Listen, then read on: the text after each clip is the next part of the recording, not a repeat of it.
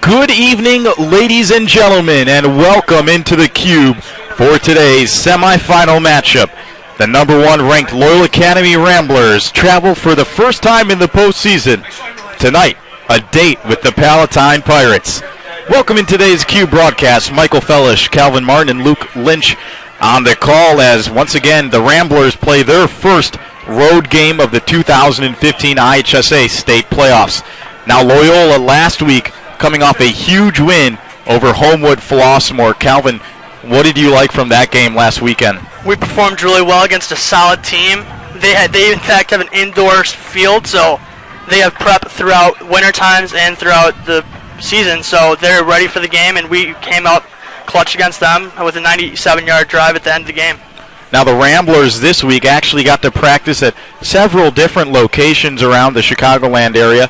First, of course, at Herster Field, so right outside the comforts of Loyola Academy on Lake and Laramie.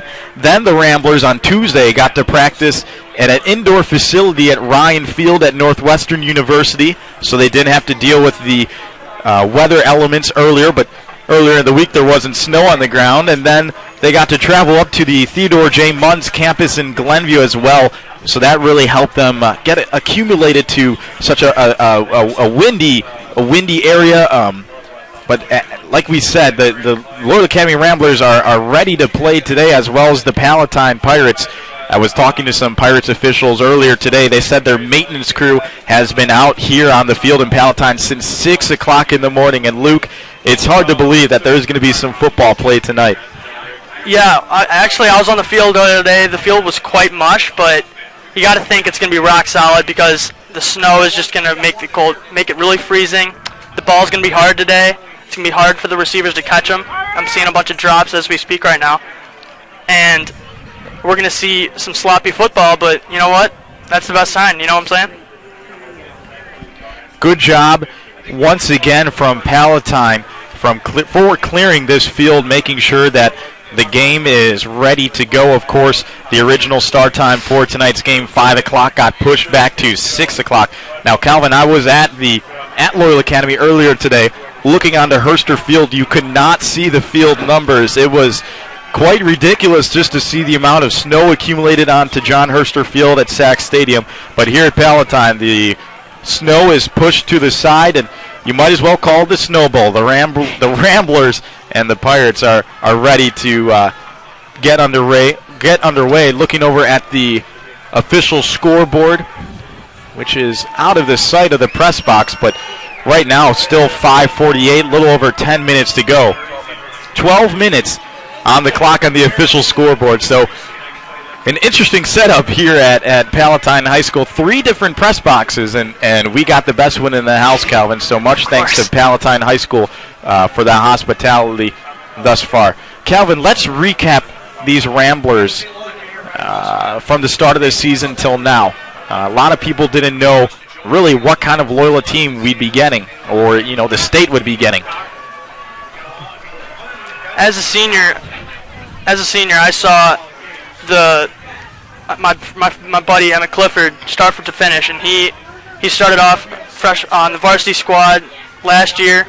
He played a couple games, got his way. A couple games, he led the victory against Edwardsville, and we're seeing that this year. We're undefeated this year, and it's partly due to him and Darlaja. Yeah, indeed, Emmett Clifford came back in that miraculous come-from-behind victory against Edwardsville. He also, I think, had a part in the role of a Stevenson comeback as well, or else that might have been Aiden Walsh. Aiden Walsh. So a lot of great quarterbacks who have come through the Loyola Academy program. A lot of those quarterbacks also from Our Lady of Perpetual Help. Just going down the list, of course, this year's starter, Emmett Clifford, the second-string quarterback, Quinn Boyle, also a All-PH Warrior. And then you have to date back to Ramblers in the past, even Jack Penn, and Jack Penn is the one that can come off to mind as well, and Jake. I can't think of names right now. I'm just so excited for this game. Maybe it has something to do with this extremely cold weather. Still, once again, unbelievable to think that this game is still getting underway, because earlier today there were even talks online and through the IHSA that this game might have had to be postponed until tomorrow. So the Ramblers and the Pirates are ready to go into action. So Calvin, you looked at the Pirates roster as well, and you did some research on the Pirates. What were you able to see just from their season to this season, 10-2, and they have been doing well lately? Well, the quarterback, Zach Olis, he's got double 1,000 yards in passing and rushing. He's a one-man show. He runs the house in this organization. You gotta look to him in this game. He's got to come up clutch against this Rambler team. What's going on in here? Their running back, We got way too many Turner, number 25. He's rushed for 500 yards, but not nearly as much as their quarterback, Olis. I want to see what this. Not 4, 2. I just told 2. So 2 of you need to leave. Sir, I need you to leave. Okay, you're not here either. What this Palatine squad has. You guys all need to leave. So 2 high school cube is in, and all the press need to be outside. Folks, we'll take just a quick break right here. You are watching the 2015 8A IHSA State Semifinal matchup on the Cube, Loyola Academy versus Palatine. On the south side of Chicago, the Cube is proud to present high school football. As tonight we bring you Chicago Catholic Blue Contest as the Ramblers of Loyola, the third-rated team of Beth Long Sun Times rankings, take on the Mustangs of St. Rita here tonight. 50 degrees on this early fall evening. First down, he'll be down around the 39-yard line. Coaches are saying on the sidelines that there's a turnover, but no official ruling by the referees at this time. That's the normal Darlaja from the Ramblers. He's getting six average yards a gain. He's had a great season this year.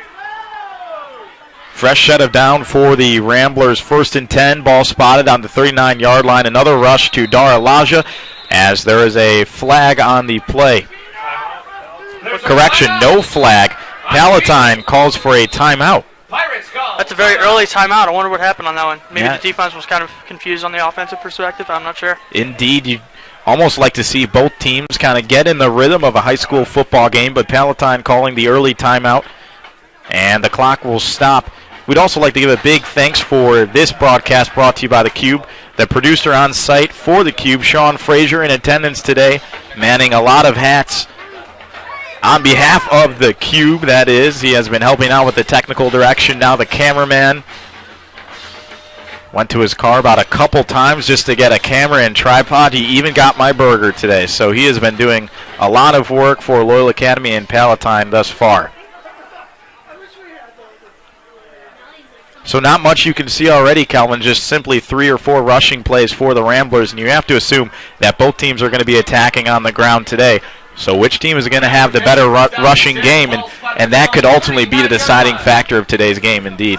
They're both very physical running games. You got Palatine with 174 yards a gain. Fumble, ball gets over the head of Emmett Clifford. He had room to work with, trying to evade a couple tacklers, but this is indeed going to be a big loss on the play. You have to give Emmett Clifford some credit for just making something out of absolutely nothing there, but a bad play, very uncharacteristic for the Ramblers. Badovanak with a bad snap on that one. Got to get back to the normal way of playing for the Ramblers right here. Take a deep breath. You got the ball back. Just try to get as many yards as you can on this one. For the first game of the season, Emmett Clifford is wearing gloves, so that's also something very uncharacteristic for a quarterback. Very Peyton Manning-esque for the Ramblers. Clifford rolling to the left. He's going to tuck this one in and hold it, and he's taken down. Palatine. Defense, got to give them credit. They have been coming out and looking good so far in this matchup. Coming out very much showing attack on this one. You got Dara getting tackled in the first play, and that one just cutting down the quarterback while he's running, trying to get some yards. You have to assume this is going to be a passing play, empty backfield for the Ramblers. Clifford looking over. It's a screen pass to Jonah Isaac. He works his way back to the down markage and then some. Be down around the 44-yard line. 4th and 6. Interesting to see what the Ramblers will do here, Calvin. You got to think they're going to punt this one, which they are. I mean, we're going to see a lot of screen passes today and a lot of rushes. The ball is going to be very slippery for the receivers. We're going to see a lot of that in action today.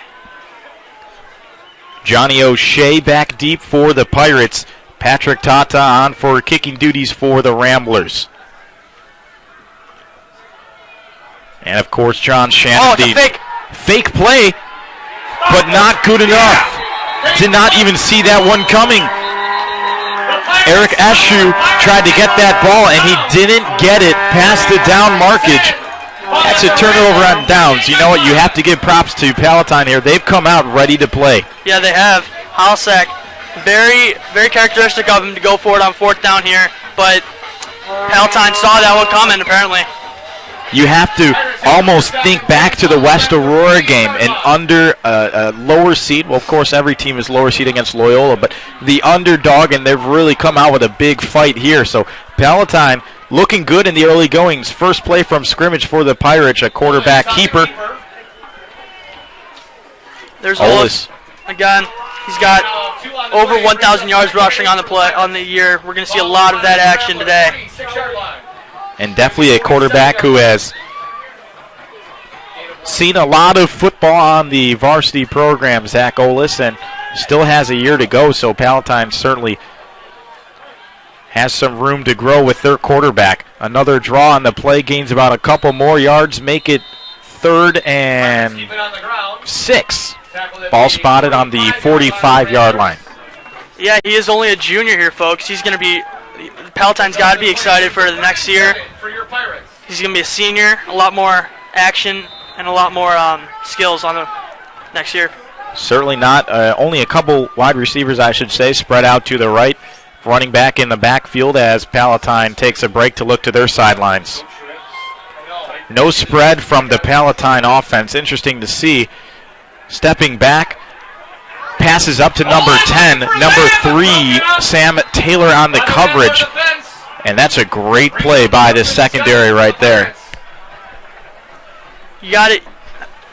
Ollis has an arm. He's got 1,800 yards passing on the year, so he will be passing and running this game. Don't you worry about it, folks. He will be a great force for the Ramblers to deal with. Danny Garcia, 6 foot. Sam Taylor, 5'5". Definitely the mismatch that the Pirates were going for, but a good play in the backfield from number 3, Sam Taylor. And just like that, 4th and 6, Palatine on the punt. The snap is good, the punt is up in favor of the Pirates, but straight into the hands of the Ramblers. Number 85, Jack Martinez, gets a couple yards on the play and will be brought down around the 20-yard line. Low kick on that one. I wonder if that was a bad kick or that's just his normal way of kicking. Calvin, another thing you have to keep in mind, of course, being a knowledgeable football fan, just this weather, these conditions, these guys really haven't been used to it because really up until this week, weather has been really good. I can almost think about 2 weeks ago, I'm out on the football field at Herster Field during the day, and I'm in shorts, and I'm not even that cold. It's pretty crazy to see how the weather completely changed from decently nice to, boy, it's winter. It's beginning to look a lot like Christmas indeed here today. Emmett Clifford, second series for the Ramblers, a handoff to Dara Laja, only a gain of about 1 yard on the play. Again, Palatine showing the attack on defense here, getting him for a 1 yard gain. Very uncharacteristic of Laja. He had over 200 yards last week. I mean, this is uncharacteristic of him. Another rushing play for the Ramblers. Laja looking to find room on the right side. He stays on his feet, is past the first down marker, and then maybe about 10 more yards. Dara Laja finds a hole and breaks through. First down Ramblers, but a penalty marker is on the field.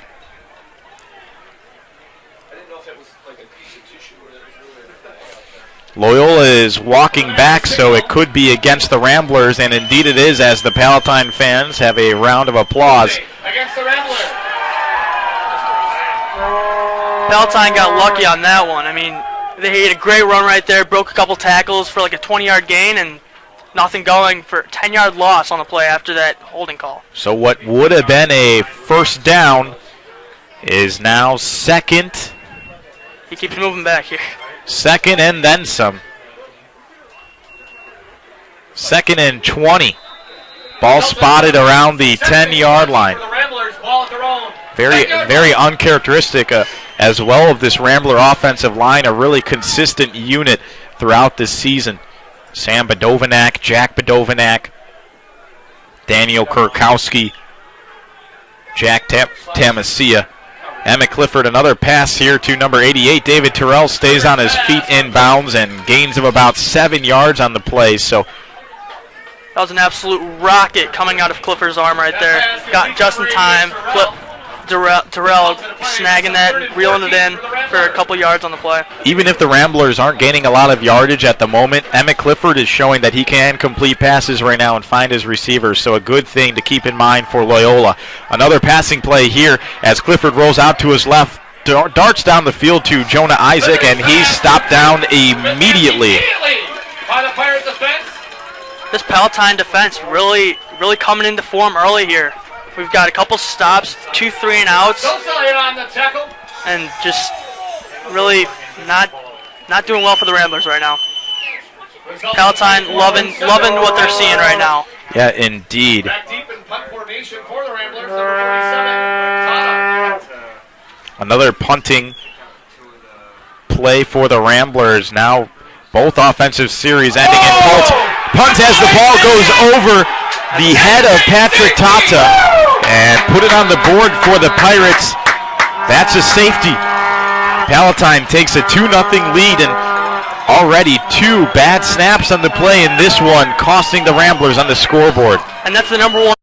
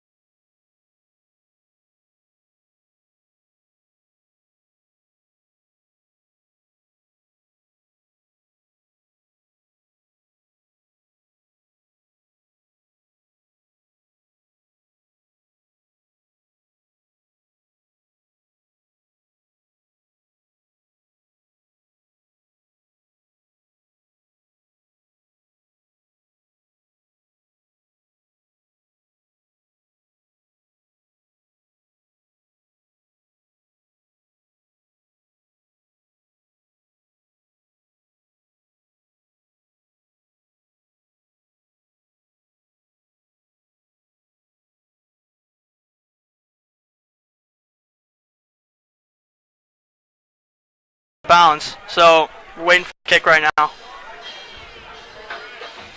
Okay. Legal procedure against the Ramblers. There was a flag on the play.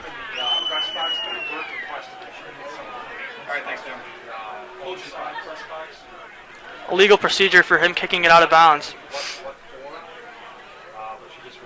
Looks as though the defense will be coming out on the field with Palatine with great field 5 yards away from the end zone right here. Calvin simply looking from our location in the press box down onto the field. Loyola looks like they're oversized, or a good, powerful, strong team just visually, but Palatine's certainly not playing like that. And this play, a rush taken down immediately by number 91. That is Ben Leroy. And Calvin, you know a lot about Ben Leroy, NIU commit, and just a good guy to be around in the classroom and in the locker room. Yeah, he's a great guy in the cafeteria, really joking around with his classmates. He's not joking around the field, though. He's having a great year this year, and he's taking it. Result of the play brings up 2nd and 6.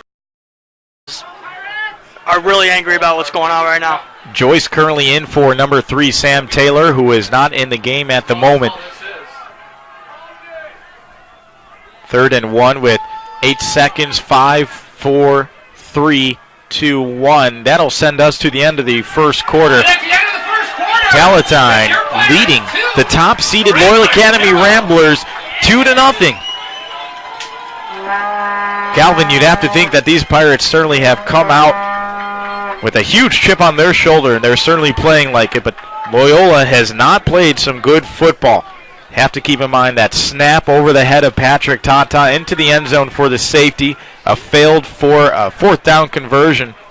Things simply not going Loyola's way at the moment. Yeah, the mistakes are adding up, and that's the reason that we're losing right now, 2-0 Palatine, and that's because John Sanders snap just went over the head and ran in the back of the end zone for his safety. Things aren't going the way for the Ramblers, and have to put in the equation that Palatine is certainly playing well and the early goings, and that'll lead us to a 2-0 score. You have to be thankful for Loyola that it's only 2-0. Palatine certainly had chances to put that score up even more. Folks, we'll take a quick break at the moment. You're watching the IHSA 8A state semifinal matchup on the Cube.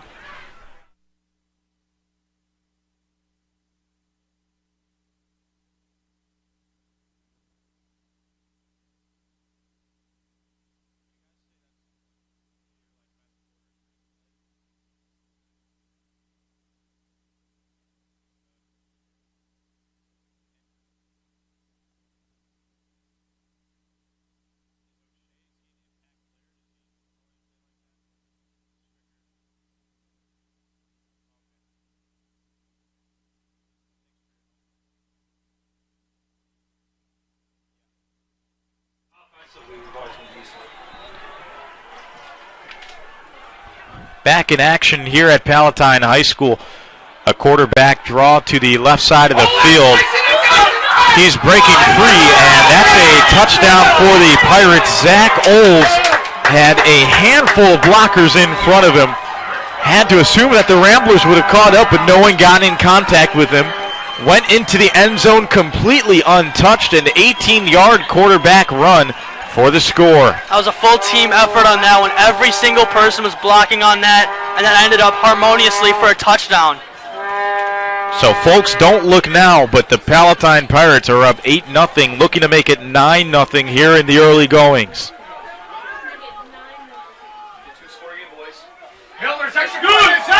Kicks up and good. Make that lead 9-0. Calvin, just talking to the Palatine officials right here in the press box, they said defensively that is the best quarter that they have ever played this season, I should say. Loyola Academy coming into this game averaging 41 points per game. Playmakers on the field for the Ramblers, Thomas Smart, just an absolute beast of a wide receiver. Emmett Clifford, the consistent quarterback. Dara Laja, oh, what can you say? He's just a great running back. But right now, none of those cylinders are clicking. You have to assume that at some point they are for this Rambler team, but only time will tell, Calvin. Yeah, I totally agree with what the official said. They came out flawless defensively on this one. And 9-0, that's the only thing I can say right now. This Rambler offense needs to come back into form right now. 9-0 can easily increase if they keep it up like this.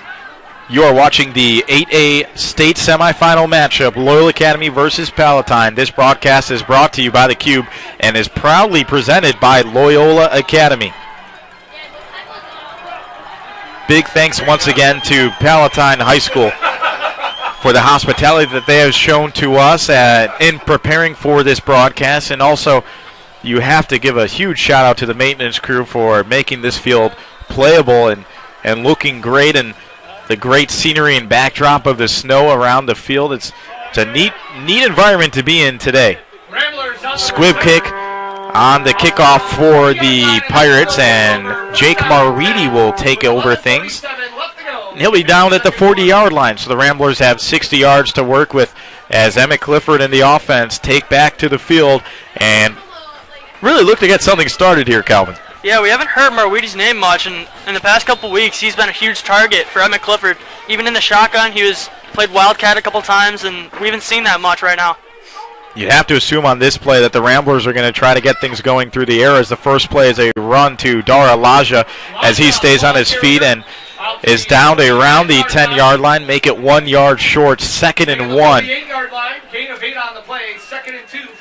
You'd have to understand why the Ramblers keep the ball on the ground, but at some point, especially if they're trailing in this game, they're going to have to toss it up and use their quarterback wisely. Laja, another rush into play, good for a first down, and the change will move. Yeah, they're playing very safe offense right here, trying to not get turnovers in this hectic weather situation. But you're down 9-0. You need to start playing aggressive. This is the time to start right now. First down, ball spotted on the 48-yard line. 2 wide receivers spread out for the Ramblers. One on the left, one on the right. Pass to Thomas Smart. That is caught, and he will stay on his feet. Good enough for a first down and make it about 3 yards or so. Ball will be down on the 35-yard line. Yeah, we've seen that connection a lot this year. Thomas Smart leading the team in receptions and receiving yards. So we're seeing a lot of that this year. This is the first time we've heard Thomas Smart's name today. First down and 10 on the 35. Almost drew an offsides by the Pirates to no avail. Dara Laja, another rush up the middle, and he's been doing a good job of really breaking into those holes and getting some good yardage for the Ramblers. Kind of gives them a good option to go from running to passing. Good job from number 1 on Loyola. Yeah, you got to think we're going to pull off a play action pass soon because they're playing aggressive right now, and if we get a quick option, that'd be a great play. Pass to number 88, David Terrell. He still stays on his feet, and that's well past the first down yardage, so move the chains once again. Ball will be spotted on the 20-yard line. David Terrell, another good kid, another fun kid to be around on the program, but one thing on the football field, if you notice, he has great hands, but after he catches the ball, boy, he really stays up there, and he has good yardage after the catch. Yeah, and he's only a junior, so we'll be seeing him next year as well. First down and 10, ball spotted on the 19. Pass to Thomas Smart, That's good, and he'll be down past the first down yardage. Another first down for Loyola. Calvin, things came across late a little bit, but this looks like the Loyola Academy offense that Rambler fans have come accustomed to over the season. Yeah, the Ramblers are rambling on right now, getting a couple yards, charging down the field, and trying to get some points on the board. Second and short for Loyola as Emmett Clifford will make his way up to under center, quarterback keeper, and will get enough yards for a first down, make it 1st and goal on the 6-yard line. Here we go. This is what the Ramblers really wanted about this drive. They wanted to get to that 1st and goal mark, and they're here right now. Now this is going to be a different look from Loyola. Jake Marweedy comes in as a Wildcat quarterback. Jack Loper, running back, who scored the go-ahead touchdown last weekend, are going to make their way in. And you pretty much know what's going to come from Loyola here. 2nd and goal. Almost drew an offside, and the flag is in the air. Encroachment on the defense. Certainly a penalty that the Pirates could not afford in the field position that they are in. The Wildcat probably threw them off a little bit. This is their first time we're seeing that in today's game. 2nd and goal on the 3-yard line. Make it a touchdown, Ramblers. Jake Marweedy spins his way into the end zone, and the Ramblers are finally on the board in this state semifinal game. And Marweedy again with that Wildcat formation coming in success. We've seen that a lot in the past couple weeks, and here it is again, scoring the touchdown. Pirates had an opportunity to take him down, but Marweedy coming in, just a big physical player. Number 14 standing in at 6'5", 220 pounds. He's only a junior and has a lot of room to work with as he progresses in the football program. Already has Division I schools looking at him during this season, so a lot to look forward to in number 14, Jake Marweedy, as the Ramblers finally make their way onto the scoreboard. Extra point is up, and it is good, and the Ramblers now trail. Extra point up for the Ramblers, make the score 9-7. Calvin, if you were tuning into the game last weekend, there was one touchdown where Patrick Tata missed the extra point, and Rambler fans were hoping and pleading that missed extra point would not come back to haunt them. Luckily it didn't. the Ramblers held on to a 34-28 game, an instant classic last week and at home against Homewood Flossmoor. Todd has got such a great work ethic. At halftime, he just came right back out to the field, practicing his kicks. He was just really working on his game after that missed field goal attempt. He really wanted to show the fans that he's going to get better, and he really did that game. A really great all-around Rambler, too. Patrick Tata, not only a member of this varsity football program, but something you don't see every day. Patrick Tata, a member of the choir program at Loyola Academy, too, and as a former Loyola Academy alum, class of 2011, football player, wrestler, and also a choir member, it's kind of cool to kind of break down those barriers. And I talked to him about it just a couple days ago in an interview, and he said it's a badge and an honor that he wears proudly. So good for number 47 as he kicks things off with the Ramblers only trailing 2 points here. Pirates looking to return. Decent yardage thus far. And Tata also is in musicals in the spring season, so he's always busy in Wilmette, Illinois on Loyola campus. Cornelius down around the 32-yard line, make it. Second quarter, 9-7. If you're just joining us, thank you for making us a part of your Saturday night plans. It's a cold one and indeed snowy during the day, but the clouds are open and the lights are shining bright down on Palatine High School. Quick pass play over to the left side of the field, tackled out of bounds from number 5, Bobby Deschereaux. Cornelius on the play, gain of 3 yards. Yeah, he just wanted a couple yards after that, and they did so. Got a couple receptions, ran out of bounds, stopped the clock. Clock is stopped, as you mentioned, Calvin. 8:51. 2nd and 7 on the 34. The ball is spotted. Ben Leroy taking down the quarterback, Olis, on a keeper. Coaches of Palatine really wanted to draw that wide receiver run like they did last time for a 12-yard gain, but Ramblers saw that coming, that it was a fake, and quarterback threw it right up the middle. Leroy on the stop. 3rd and 2 for the Pirates. Another wide receiver end around, and might potentially have enough for a first down. Indeed he does. Ball spotted at the 43-yard line. That's a Pirate first down, and the chains are rolling. You got to think that they're going to go back to that wide receiver run because that's worked really well for them right now. You know what, Calvin? I have a feeling this is going to be a great high school football game. Just the way that both of these teams are battling back and forth. Loyola coming out not looking their best. Palatine certainly looking their best and then some in the early goings. But I have a feeling this is going to be a wire-to-wire game tonight. Turning the ball carrier across the 45. Olis fooled me on that one. Gave it to the running back and got a couple yards on that one. Fooled the defensive play too. Hey, you said it first because I wasn't going to. I was fooled. Our cameraman was fooled as well. Everyone was fooled on that one. 2nd and 5. Ball spotted now on the 47 with 7 minutes and 45 seconds running on the clock. Slot receiver in motion. Another end around as the ball is dropped and taken down in the backfield. A huge hit. Ball is still live. Have to see what the call is. Ramblers and Pirates surrounding the dog pile. Refs breaking it up. It looks like Ramblers have it. Loyola is saying it is their ball. Not an official ruling yet. Looking for the official signal here. It is Loyola Academy ball. Number 40, Anthony Romano, I believe, the player on the fumble recovery. Now that play first started off with the wide receiver / running back dropping the ball in the end zone. He picked it up, but a huge hit, a humongous hit from Loyola Academy. That forces the fumble again, and that's where the Ramblers pick things up. They'll start this drive on the 41-yard line. This is the spark the Ramblers needed. Let's see what happens because of this drive.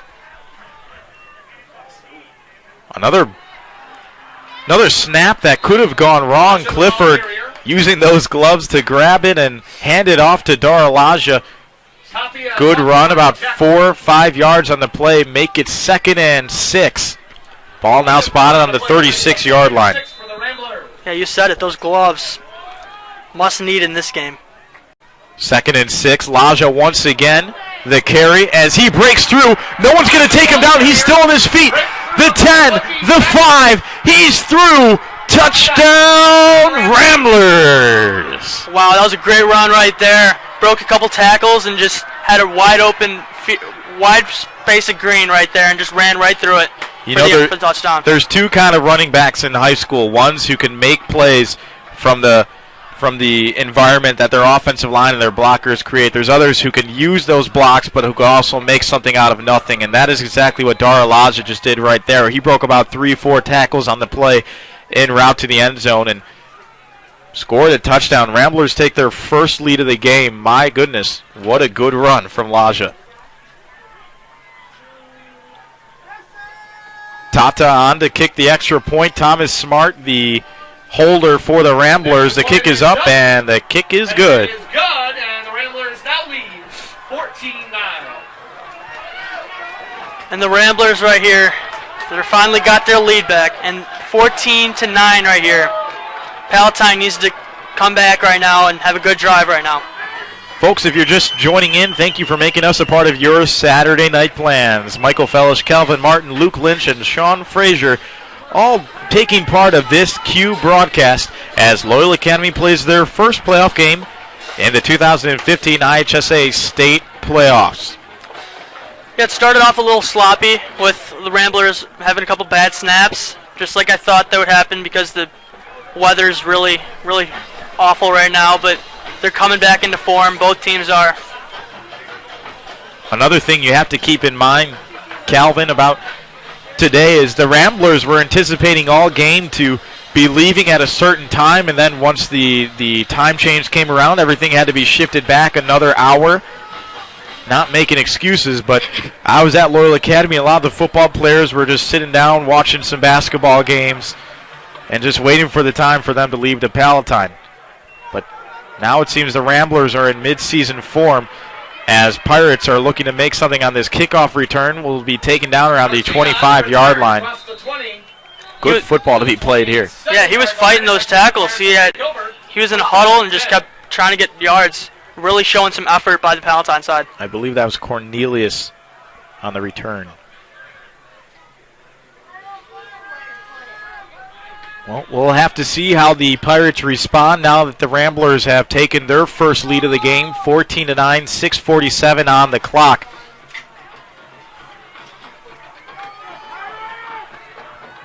Palatine, they're now trailing. The first time they're trailing in this game. Let's see what happens. A big pass down the field. Sam Taylor almost had the interception. It was in and out of his hands. That's the second time Sam Taylor almost had an interception. Just can't reel it in today. Johnny O'Shea, one of the playmakers for Palatine, and he has a 7-inch height advantage over the 5'5" Sam Taylor, yet number 3 was the one who almost came down with the ball. That would have been a spectacular catch. Fading away, jumping up, almost grabbing it. Clock stopped on the incompletion, 6:41. 2nd and 10, ball spotted on the 27-yard line. Another pass downfield. This time it's good, and O'Shea gets the first down. That was a laser, just coming right out of his hands. First down, Palatine. Clock will be stopped as the chains move.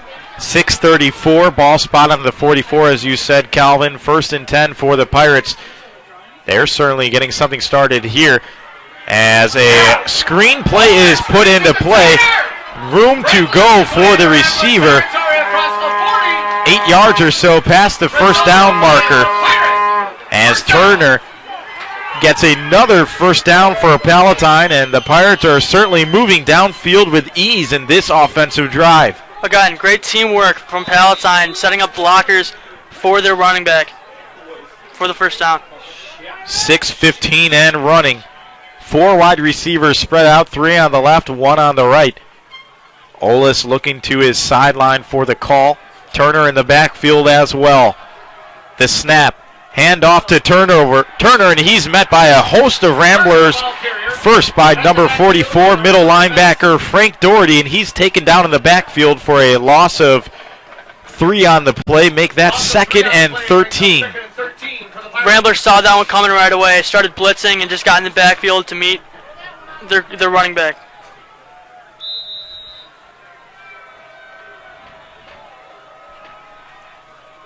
.535 and running on the clock here at Chick Anderson Stadium. Big rush and a big pass downfield. Johnny O'Shea finally gets the catch that he wanted against Sam Taylor. There is a flag on the play, however. That was a brilliant pass and a brilliant catch on that one for a brilliant play. The flag... That was perfect placement of the ball right in his hands. Now I'm looking on the field. There's Loyola Academy players who are clapping their hands, and Palatine is showing signs of disapproval. This one might be going against Palatine. Have to wait and see from the referee. Pass interference against the Pirates. Wow. Now Calvin, something you don't see in high school games, offensive pass interference. That is certainly a rarity. And that is a huge gift for the Ramblers. Palatine has had an offensive drive of a lifetime in this, with 5 minutes to go here in the second quarter. But that is a huge call.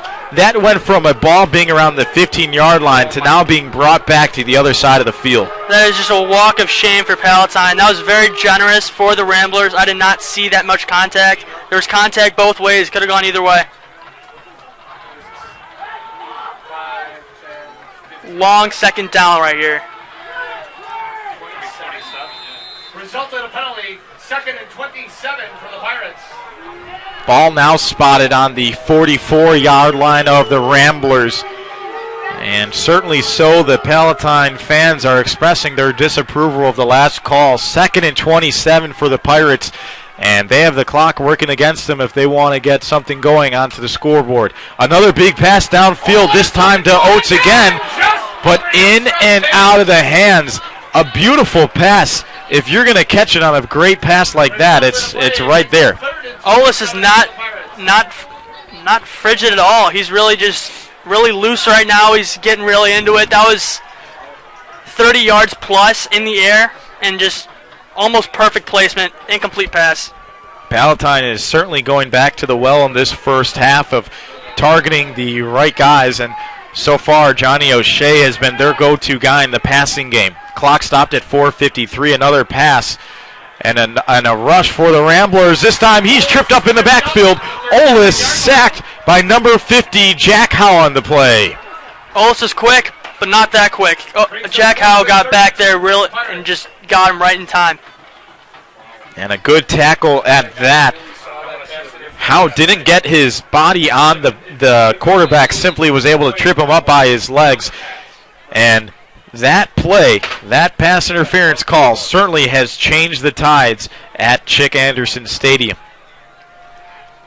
You can almost feel the momentum coming out away from the sidelines of Palatine. A good punt as Jack Martinez comes back and will run away from the ball, and it will take a favorable Pirate bounce. Yeah, you could say that again. Momentum definitely has shifted at the end of the first quarter. Loyola coming out strong at the second quarter. Loyola Academy versus Palatine High School. This game being brought to you by the Cube and is proudly presented by Loyola Academy. Loyola, the official title sponsor of tonight's broadcast, I should say. An original 5 o'clock broadcast brought back an hour to 6 o'clock, and that's where we meet right now. 4 minutes and 2 seconds on the clock, and the Ramblers hold a 14-9 lead over the Palatine Pirates.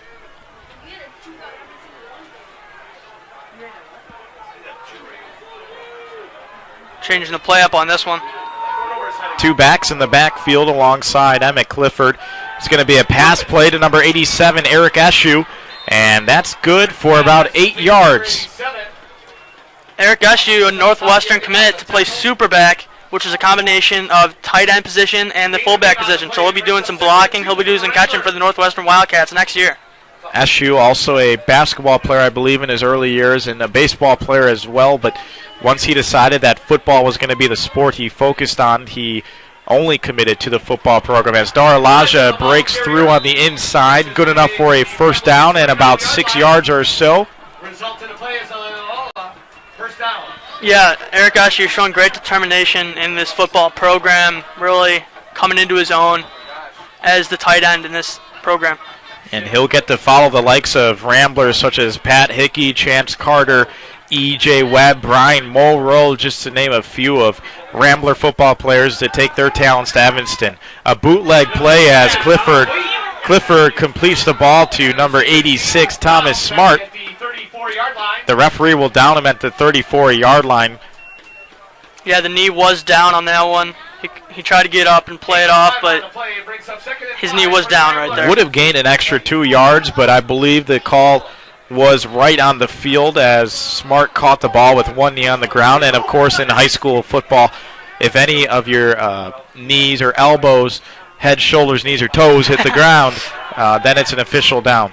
Laja, the ball carrier, out to the 40-yard line. Laja again with a great year and having a great game right now. Having first downs throughout the game right now. First down and 10. Ball now spotted on the 40-yard line. Spread offense for the Ramblers. Smart down on the left side. Terrell spread out to the right. Daralaja in the backfield. The snap. This is going to be a pass to David Terrell. Incomplete. No flags on the play. There are Palatine fans calling for offensive pass interference, but there was a scuffle between the receiver and the defender on the play. Defender for the Pirates, number 20. Can't get a number 21, that is. Alvin Lamasosa. Yeah, Palatine fans still looking for a call after that offensive pass interference call last drive. Next play, a rush to Daralaja, and he is taken down in the backfield. Oh, flag on the play. They tossed Daralaja after that play, and the Palatine fans are furious. Now here's what happened. Palatine Pirate defenders were wrapping up Daralaja, and then they threw Laja to the ground. Now there was no whistle on the play, but as soon as Laja was thrown onto the ground, a flag was thrown into the air. And you'd have to believe that would go against Palatine. We'll have to wait for the call.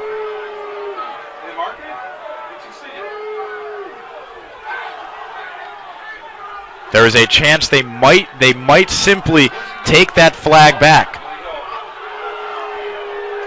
Personal foul against the... It is, in fact, personal foul on the Pirates. Loyola is clapping. The fans are booing the refs because they believe they've had two bad calls put against them, both on the offensive side and the defensive side. Calvin, love it or hate it, but there have been two plays called by the officiating crew, an offensive pass interference that went against the Pirates, and then that personal foul right there. Now the Ramblers have a 1st and 10 situation on the 45, and these Palatine Pirate fans are certainly letting the referee crew hear their disapproval of these plays. I'm running the clock. What do you want me to do? Security to the press box, please. Security to the press box, please. Thank you. Honestly, those two plays there could have been no flag on them. No, we're not good.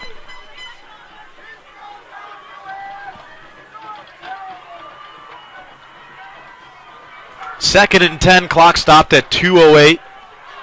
Ball spotted on the 45. We got kids drinking in the stands. Some parent just said. Clifford out of shotgun trying to get the defenders offsides, unable to do so. Still spread offense for Loyola. Clifford looking down to Thomas Smart. Smart with the sure-handed hands. And the pass is complete. Close to a 10-yard first down. You couldn't defend that play any better. Just Thomas Smart with great hands on that one. The defender just whacking his arms, but Thomas Smart just reeling it in.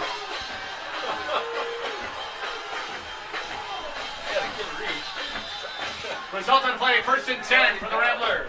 So he caught it around the 10-yard marker, but it is now a 1st and 10 on the 35. Daralaja now with the run, taken down hard. Gain of about 5 yards on the play, 2nd and 5.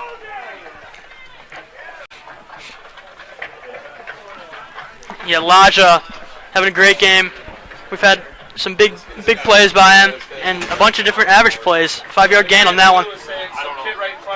We didn't see it. He was telling me to get him out. I'm like, what do you want me to do? 2nd and 5, clock still running, 1:25. Clifford bootleg over to his right, looking for number 88, but he finds number 86, Thomas Smart, and that'll be good for a Rambler first down.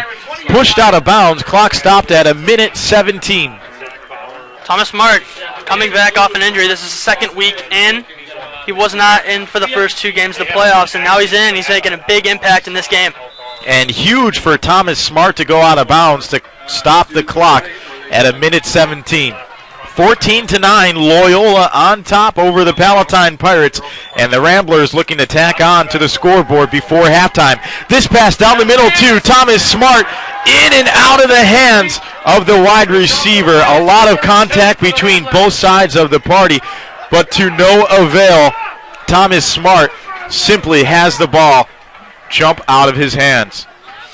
Yeah, Thomas Smart, really tall. You see him in the hallways, just mountain over every one of the kids in the hallways. It's kind of funny.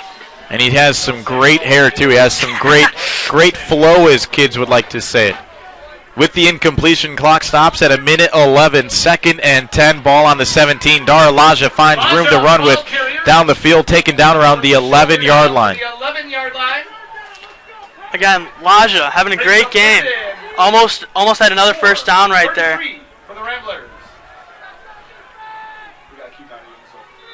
50 seconds and running. Loyola certainly looking to lead on to tack on to this score before halftime. The Ramblers did receive to start the game, so Palatine will start the ball at the second half. Another rush to Daralaja. Flag penalty on the play. On the Palatine side, we're going to have to find this one out.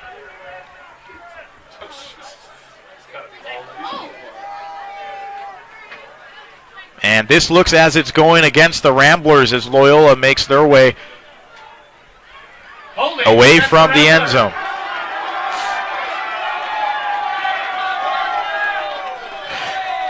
Mock applause from the Palatine fans. But that's just the beauty of high school sports. Really the beauty of any sports. 35.8 seconds on the clock and running. The Ramblers certainly don't have time going their way as John Hollisek calls a timeout. With that being said, we will take a quick timeout, folks. You're watching the 2015 8A IHSA state semifinal matchup on theCUBE.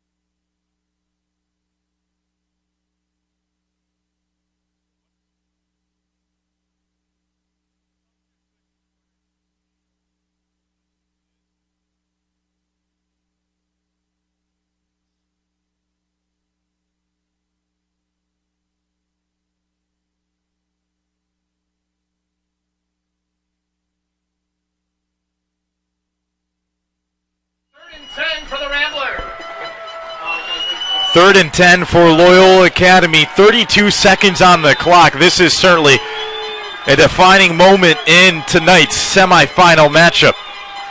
4 wide receivers spread out. It's going to be a pass. Evan Clifford looking down the field, has no room to run. Throws it down the field to number 88, David Terrell. Pass is incomplete. Clock stops at 24.6 seconds.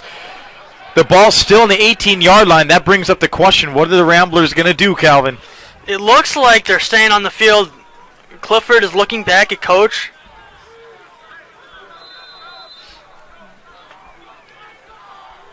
The kicking unit coming onto the field, Patrick Tata leading the way for the Ramblers.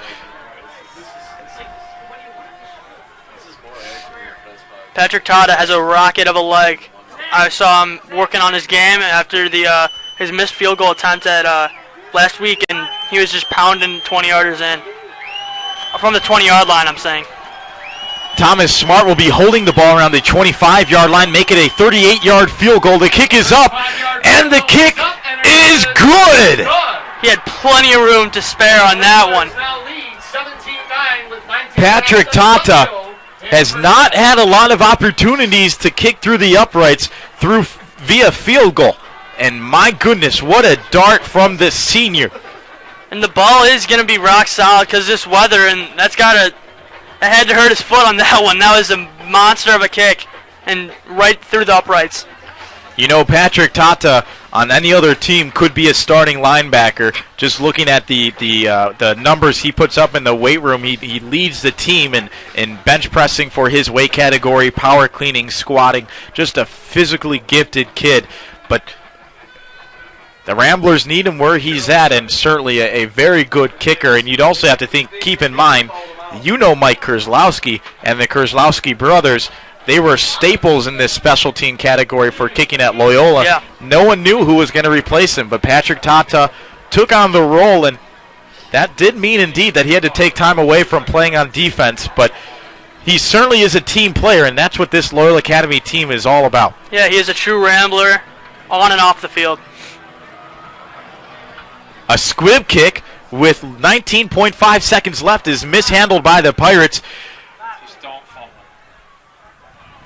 Cornelius on the return. Number 16, Cortland Cornelius, with the return.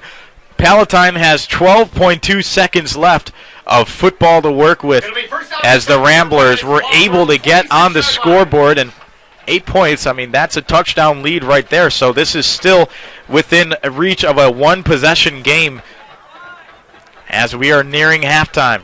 Palatine's got to be happy with the way they played the first half.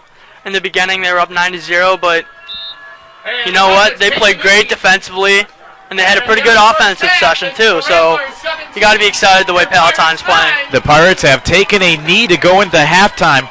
Loyola Academy indeed did not have a start that they want to have again, but the Ramblers came out and put 17 points onto the board and now lead by 8. Calvin, certainly, as we mentioned, not a good start for the Ramblers, but indeed these Palatine Pirates came out. They had energy. They had a chip on their shoulders. They had something to prove, and they played like it. Yeah, you betcha. The defense was really coming into form early in the game, putting attack on the offensive line and really forcing mistakes on the Rambler side. Calvin, it was good to have you in the broadcast for the first half. Thank you so much for your broadcasting and for your commitment to Rambler Radio, to Student Story Corps, whatever you want to call it these days. We'll be joined by Luke Lynch in the second half, but we'll take things into halftime. Folks, you're watching the 2015 IHSA 8A State Semifinal matchup on the Cube, and this broadcast is proudly presented by Loyola Academy.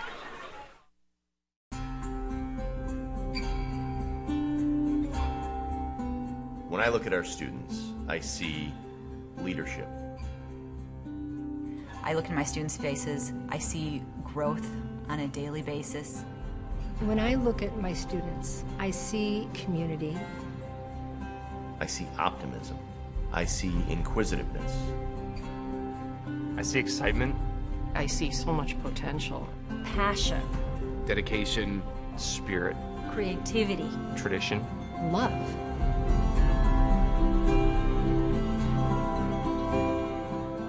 There is such beauty in who these kids are and where they come from and what they want life to be. And when you talk to them and when you listen to them, when you go on retreat with them and they open up their hearts and they say, here's who I want to be and here's what's tough about life and here's what's great about life, you just hear this incredible story of people of hope who want to be a part of this community. It's a community that once you're a part of, it'll always be a part of you. You know, and it's something special that only Loyola has. I really, really love that. Loyola Academy is more than education. They're open to me. They listen to what I have to say. Like, I'm not just another person. I'm actually, something special. That's what I've needed, and that's why I picked this school.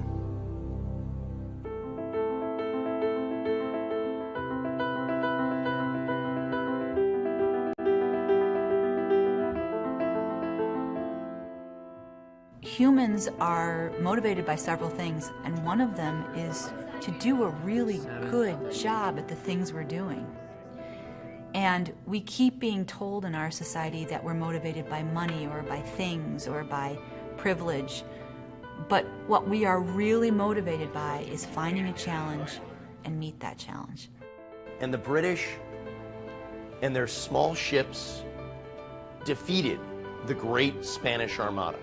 When a class of students come into Loyola Academy, they're coming in with all different types of abilities, skills, talents, at all different types of levels. We need to meet those students where they are and build on their strengths. When I'm challenged, I try and push through it, and if I need extra help, I'll go see my teachers because they're always available. And you have the writing lab and the math lab, and so there's a lot of resources that will help you through the challenges. You may have done some work with this last year, but this year we want to beef up that definition a little bit. Let's build on our foundation. When I'm challenged, I appreciate it because, you can learn anything anywhere, honestly. But it depends on how you learn it and how they teach you. It shapes you. You know what you're capable of. The challenges in the classroom, the challenges on the fields, the challenges in co-curriculars are not to just teach lessons.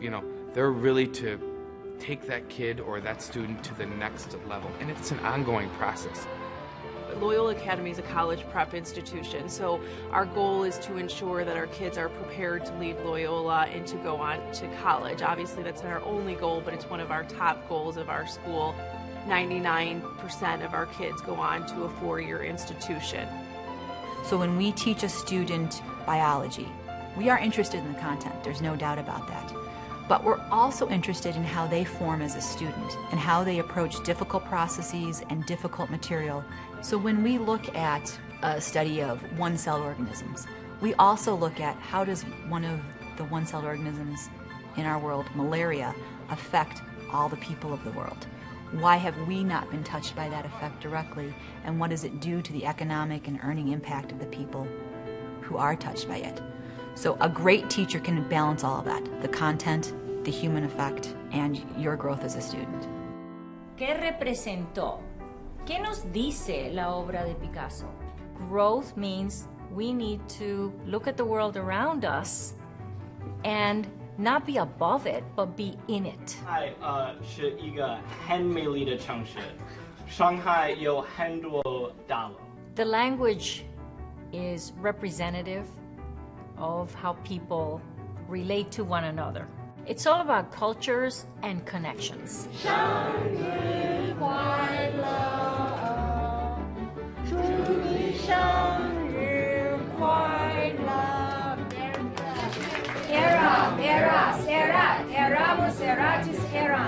Aunque sepa los caminos, yo nunca llegaré a Córdoba. And it is through passion and love of culture and making those connections that language is born. Because we want to connect with people all over the world. The weight's changing. Angle? What I love about teaching is it allows me to share my passion with the students. I mean, I have to be an artist. I am an artist. Everything in my being is an art. And you know, for me, it's just that authenticity of coming to the classroom and being able to share who I am, you know, down to my core. I'm constantly pushing them to lose control of the situation, to go beyond a piece and root it before they can kind of find the answer. Lose the control, as they say. This is just beautiful. If you can kind of keep... So it's a real different process than they're used to in some of their academic classes, and I think seeing the students develop, seeing them connect to something in themselves that they didn't know they had before we started maybe drawing something or, you know, addressing a still life, and then see them losing themselves in the process a little. It's just, you know, amazing.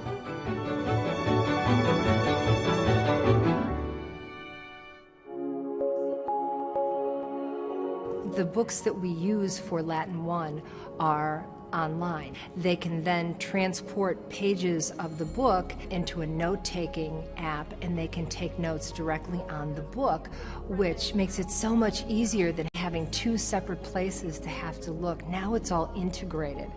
And also, we use what's called iTunes U. So I push all of my materials and my posts out to students. So they will know every day what they need to have for class. I will send them worksheets. I will send them articles to read or films that they need to view. And they can then watch those and then respond to them. Let's get started. Everyone pull out your iPads and open up the books to page 342. It's important to embrace new ideas because the classes that we're teaching, the way we can reach students is only to the extent that we can reach students on a very personal level. The information that we're teaching them has to be real to them. So the technology is constantly evolving. It's happening faster than ever. It really is us from the right angles. Technology has not just improved my class, it's completely transformed the way the kids are learning. It's changing the way they interact with the material. So now they're coming in, and instead of sitting there taking copious notes and watching me teach, they're sitting in a small group answering questions and working on problems together, talking to each other. That's really exciting. It's not about we're going to move through the material faster. We're getting a much richer experience on many levels. I'm spending a lot more of my day moving around the classroom, overhearing discussions between two students where they're interacting with the vocabulary, where they're interacting with the concepts, rather than just listening to me tell them the concepts. Now the students can be a community of learners.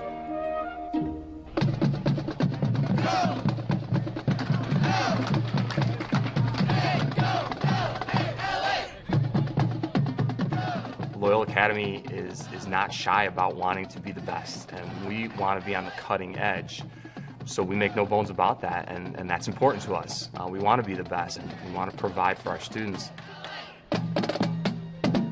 But the thing that always keeps us grounded, and that always will keep us grounded, is we are rooted in our Catholic beliefs. We're founded on our Christian values, and that will always keep us humble. Our core mission is college preparatory education for young people to be successful in college. There's so much more at stake here. We've been entrusted with these young people to partner with their parents on this great quest that is their lives. Sleep on, secure of control. Thy thoughts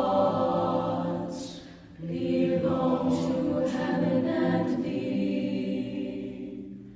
I want graduates of Loyola Academy to be reflective, compassionate, generous people who have learned how to listen to their heart and have some of the skills and the confidence to actually dare to listen for that voice of God.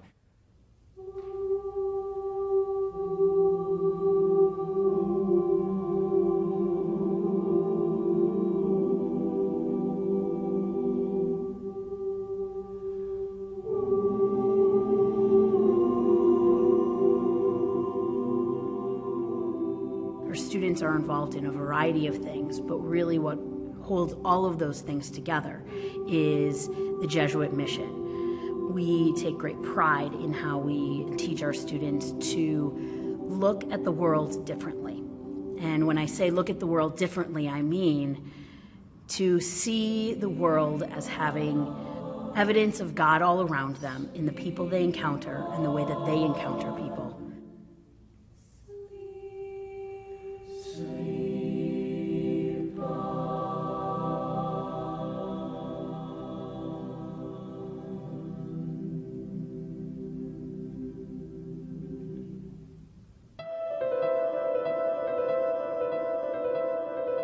I really think that's a hallmark of what Loyola is about. It is a place that takes very seriously all aspects of the growth of an individual.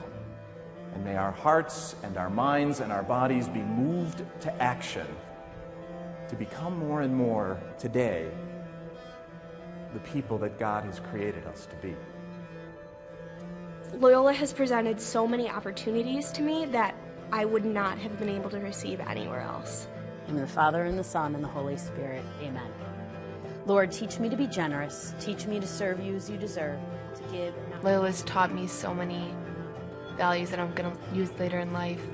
It's taught me so much about my faith, my family, my friends, how I interact with others that I may not know so well. It's gotten me to be a better person in general. I really feel like I have a better grasp on who I am as a person and where I want to be in the future. Service is ingrained in what we do. Our students have a lot of opportunities to get involved in service, and we work in a variety of soup kitchens, people in elderly homes, and nursing centers, as well as working with individuals with disabilities. I think there are so many benefits for our students as they participate in service. I've seen them grow in so many ways. They start to realize that life is more than just accomplishing tasks within your own immediate view, but what you're doing is you're training for a bigger life and a bigger role in this society.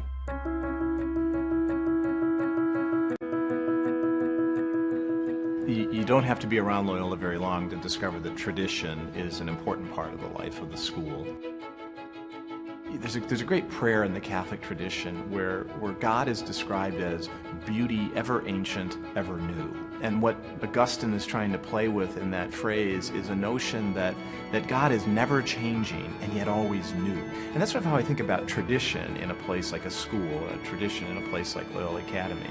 There's something about it that never changes. There are some constants to what it means to be Loyola Academy, what it means to be a part of this Jesuit tradition, this Catholic tradition, this tradition of this school community and how it's lived out its purpose over all these years. When you look at Loyola, you see the Jesuit education, you see the great athletics, and just the great community. There's great people involved in the school, and growing up, I mean, there's no question that I want to be a Rambler. Hey Michael, can we go to Sound 2A?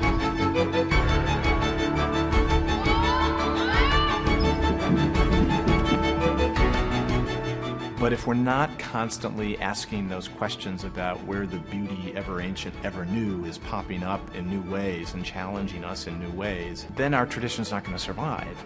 So the vibrancy of the tradition is fed by a creativity and an openness to change. Every day Loyola is making me a better person.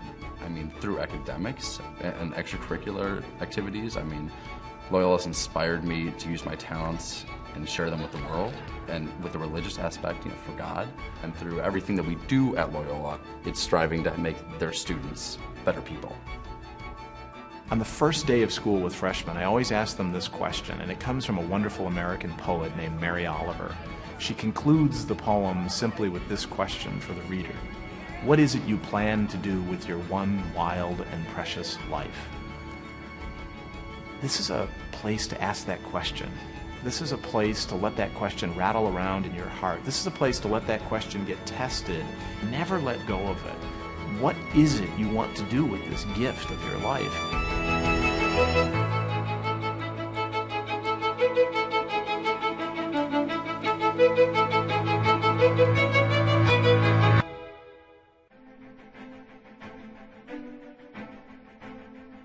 Loyola Academy proudly presents the 2015 IHSA 8A State Playoffs semifinal matchup as the top-seeded Ramblers of Loyola Academy travel to Palatine to take on the Pirates.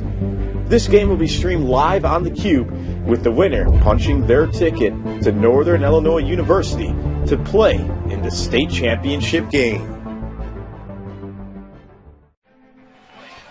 Good afternoon, ladies and gentlemen. Welcome back into the 2015 IHSA State Semifinal matchup.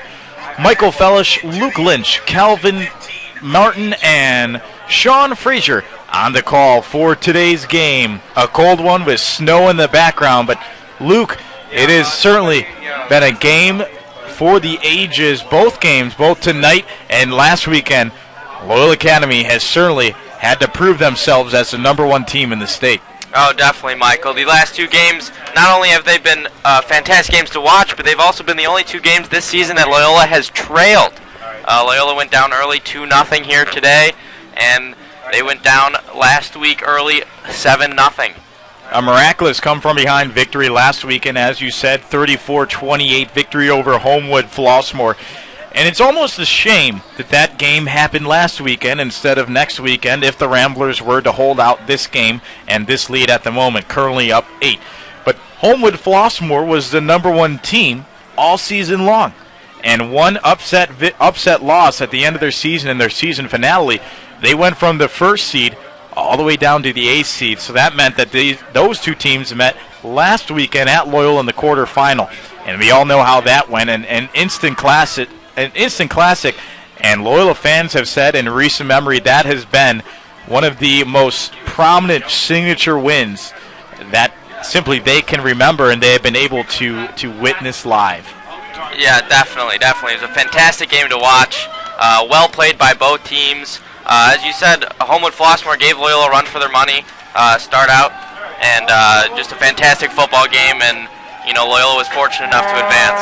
Luke, we have to go back to the second quarter. Let's talk about those two penalties that really went in favor of the Ramblers. First, the offensive pass interference that took away good field position for the Pirates, and then a personal foul on one of the Pirate defenders for what seemed to be just a late tackle, but they seemed to deeming enough to call a 15-yard penalty. Let's talk about those, because those certainly swayed the momentum of this game so far. Yeah, definitely. I mean, the pass interference, I was on the opposite side of the field, so I didn't really get to see it. But that took the play from the far 20 all the way back to the other side of the 45, and that hit Palatine pretty hard. Set up took away a good scoring chance there. And then the personal foul on Dar Elijah there, the running back. They had him wrapped up, whistle was blown, and then seemingly let go of him. He tumbled to the ground. I'd say that's just a late hit. I don't know what else happened there, but definitely when the whistle blows, let go of the ball carrier. We're back into action. A squib kick off the foot of Patrick Tata. Defended clean, but taken down immediately by a host of Ramblers. The ball will be spotted on the 28-yard line, and that's where 32-yard line, and that's where the Pirates will take over on downs. A fresh 11:55, take 5 seconds off the opening kickoff. And the Palatine Pirates are still in this game, only down 8. And Luke, they certainly have shown a good half of football against the #1 team in the state, and nationally the top 20, one of the top 25 teams as well. Yeah, definitely. I'd say, I would say they played a better first half than Loyola Academy. Obviously, Loyola's up by 8, but if you take away those two penalties, as you mentioned earlier, this game could look and be very different. They just seem more in control. They've had a couple of very good defensive stands, and so I'm excited to see how the second half's going to turn out. I was talking to Calvin in the first half and had to agree, both of us, that this is going to be an instant classic as a pass is complete to Cortland Cornelius. So 2 plays and a first down already for Palatine. The ball will be spotted on the 44-yard line. First down and 10. Clock now running 11:23.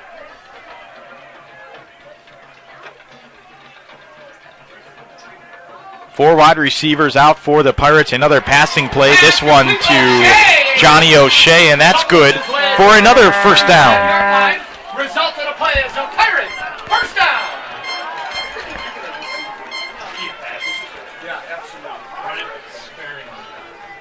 Yeah, 2 quick, big passes there. 2 quick first downs for Palatine. Coming out of this halftime firing. We'll see what happens here.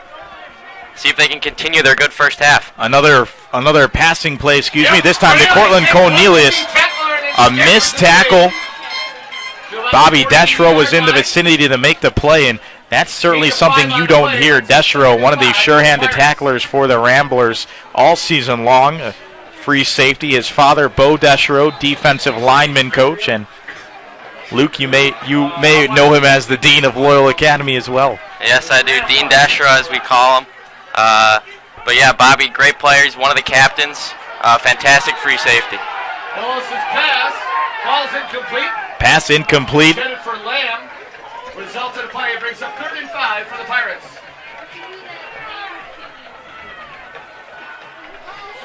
With the incompletion, clock stopped at 10:49. 3rd and 5, ball spotted on the 40-yard line here in the third quarter. Michael Fellish and Luke Lynch on the call. Sean Frazier, our producer from the Cube. Another passing play brought down in the backfield, but the pass is still complete. Johnny O'Shea with the grab. I can't believe it. What a play. Oh, that looked like a for sure sack. But a good recovery throw there off the back foot. Able to make the catch. And they've been targeting cornerback Sam Taylor, number 3. He's listed as only 5'5" on the roster sheet. He does have a very good vertical. I've seen it myself. But definitely they're going at him with the one-on-one matchup on the close side of the field here.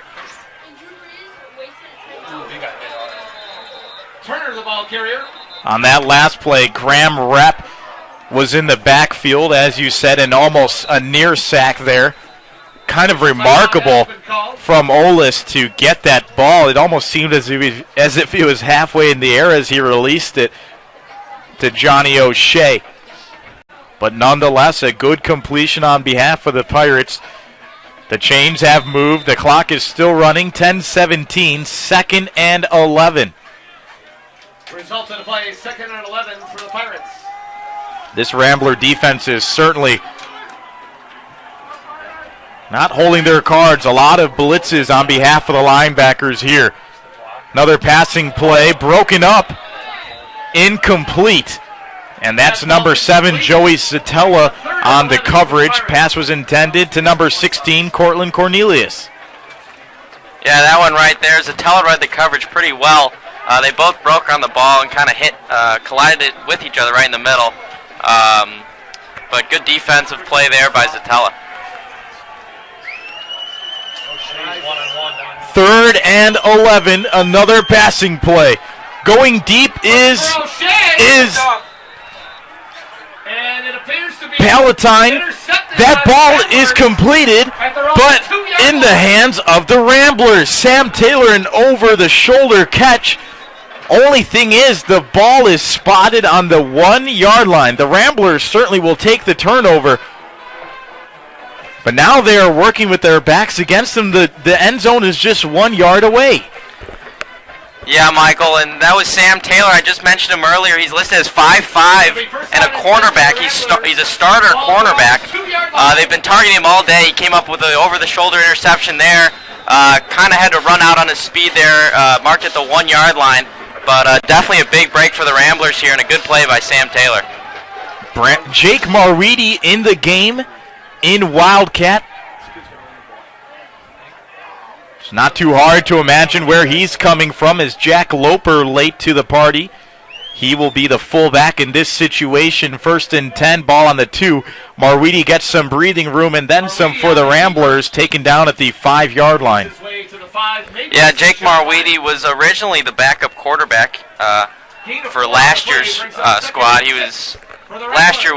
We had a lot of quarterbacks, but this year he was listed as 2nd on the roster to Emmett Clifford, and has since transformed and transitioned into the wide receiver position. And Hollisek has taken that and moved him into more of a wildcat formation.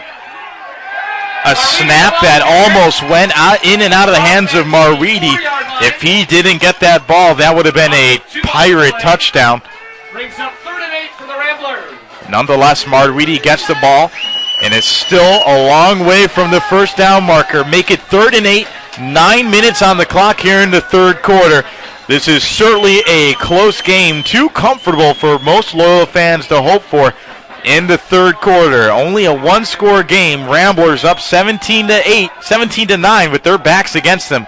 Clifford back into the game. He passes to Daralaja, a rare pass to the running back. That is complete, and that might be good for a Rambler first down. Gets across the 10, maybe to the 11. 4th and 1. 4th and 2, 1. Started on the 2. 4th down, less than 1.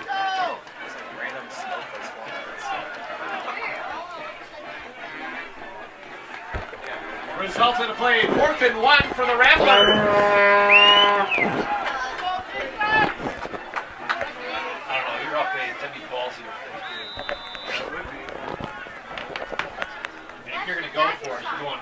The punting team is on the field, a yard short of the first down marker. 4th and 1. Patrick Tata on for the punt. The always challenging Holosek team could possibly be going for a fake. We'll have to find out. Tata with the punt. It's up and it's good. Close contact. Gets away from it, does the Pirate defender, and that'll take a favorable Rambler bounce to the 43-yard line. And funny you mentioned that. In the Holosek era, you never really are for sure knowing that they're going to punt. He's always up for the fake, always up for a surprise.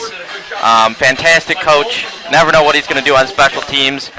There I would have to say smart choice. Backed up against the goal line there for a punt.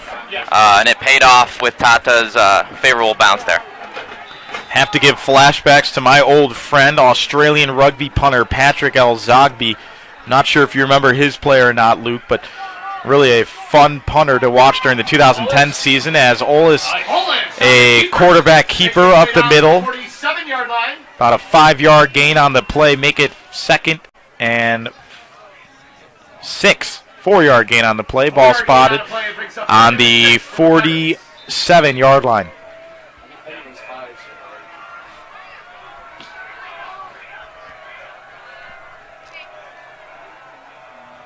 Four wide receivers spread out, trips on the right, Cornelius alone on the left side, or that might be number 10, Danny Garcia. Olis keeps it himself. No gain on the play.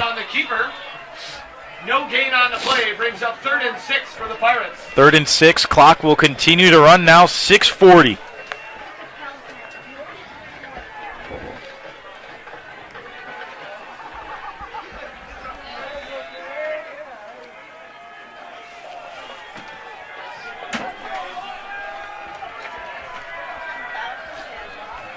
Big 3rd down for the Rambler defense here. Another quarterback keeper. Olis has room to go. Taken down by Graham Rep, but not before the Pirates get a big first down and then some. Yeah, that was a smart play call there by Palatine. A little quarterback draw there. Loyola's been blitzing all day. A lot of pressure on the defensive line. Came in, hole opened up in the middle, and big gain there on the quarterback keeper. A fresh set of downs for the Pirates. Ball now on the 35-yard line. Olis looking to pass. Has some pressure on the outside. Taken down by Frank Doherty. Big sack on the play. Olis dropped on the play. Fans a little unhappy outside here. Looking for a horse collar there from Doherty when bringing down the quarterback on that sack. Doesn't look like they're going to get the call. It'll now be 2nd down and 23. Ball spotted on the 48-yard line. 2nd and 23 for the Pirates.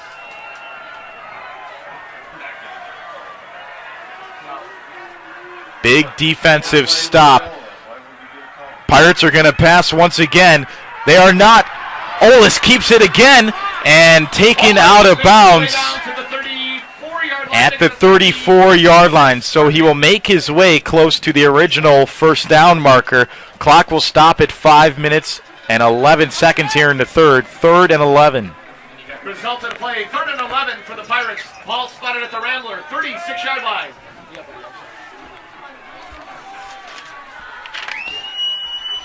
Another big 3rd down for Palatine. How will Loyola respond on defense? Trips to the left. Olis looking to pass once again. He has a receiver open. Lamb makes his way down to the 13-yard line. And the Pirates move the chains once again. And Lamb was wide open on that play. Looked like the Loyola defender lost his footing near the 15 and fell allowing Lamb to be wide open for the pass and a big gain for Palatine here. Number 13, Matthew Lamb, with a great reception to keep this drive in full momentum for Palatine. Overheard a Palatine fan saying this is a ball game. Well, indeed it is. Pass complete. Another pass complete to Cornelius. That is dropped at the 11-yard line. Clock will be down. Ball will be down at the 10-yard line. 2nd and 5. Result of the play, 2nd and 5 for the Pirates. Palatine on the doorstep of getting into the end zone once again. And a penalty marker on the play. Dead ball, false start against the offense. And that'll be a false start on Palatine on the offense. 5 yards. That'll bring them back. 2nd and 10 from the 15. Nose of the football. Just past the Rambler 15-yard line.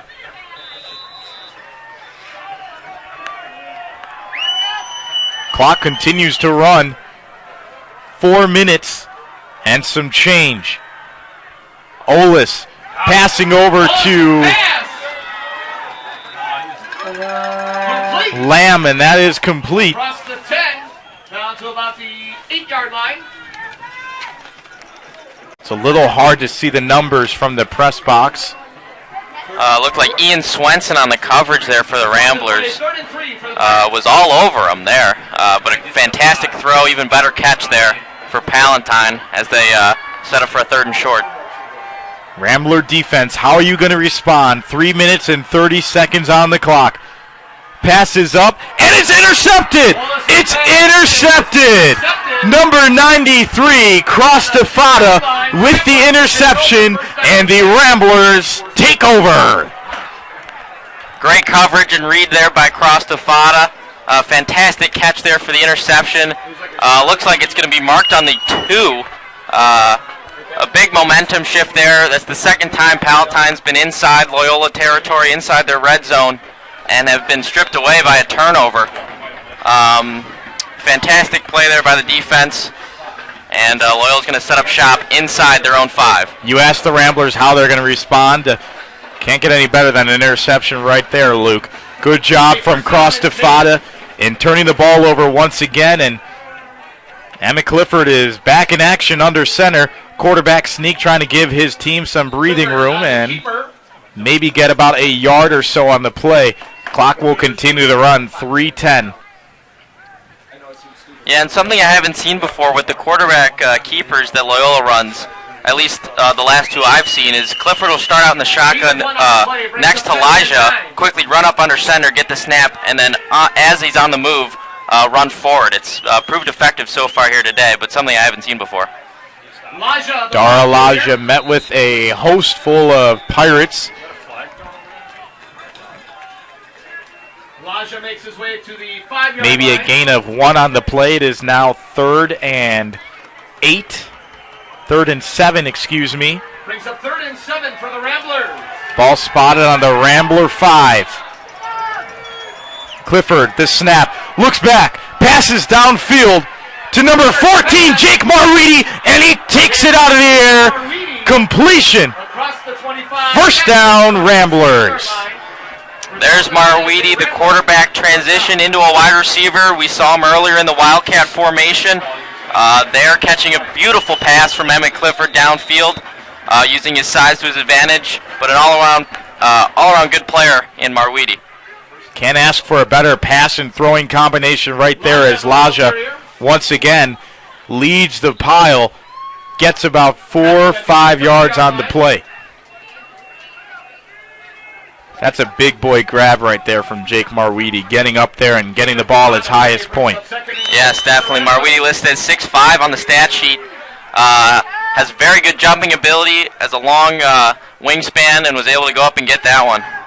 Marweedy once again gets the ball and slips up on the turf. You have to imagine these playing conditions don't make it easy for these football players, but Luke, minus a couple bad plays from Loyola, just as far as snaps going over their heads and missed opportunities here and there. This has been a sound football game.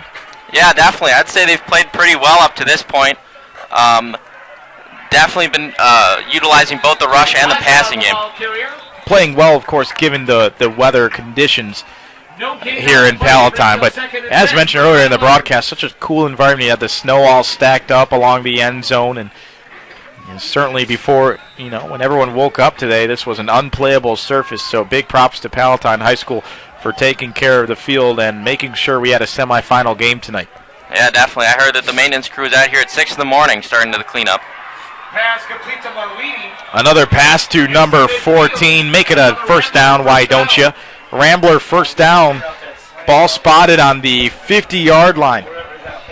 If it ain't broke, don't fix it. The Ramblers continue to go to Jake Marweedy. Don't see him a lot out of the wide receiver position. He does not get a lot of balls thrown his way, but right now he is making the most out of his opportunity spread out wide as a wide receiver. Next play, a rush to Daralaja. Gets some room to work with, trying to break out to the left side of the field. He does so. Runs out at the 42-yard line. At the Pirate 42-yard line. And the clock will stop at 36.6 seconds.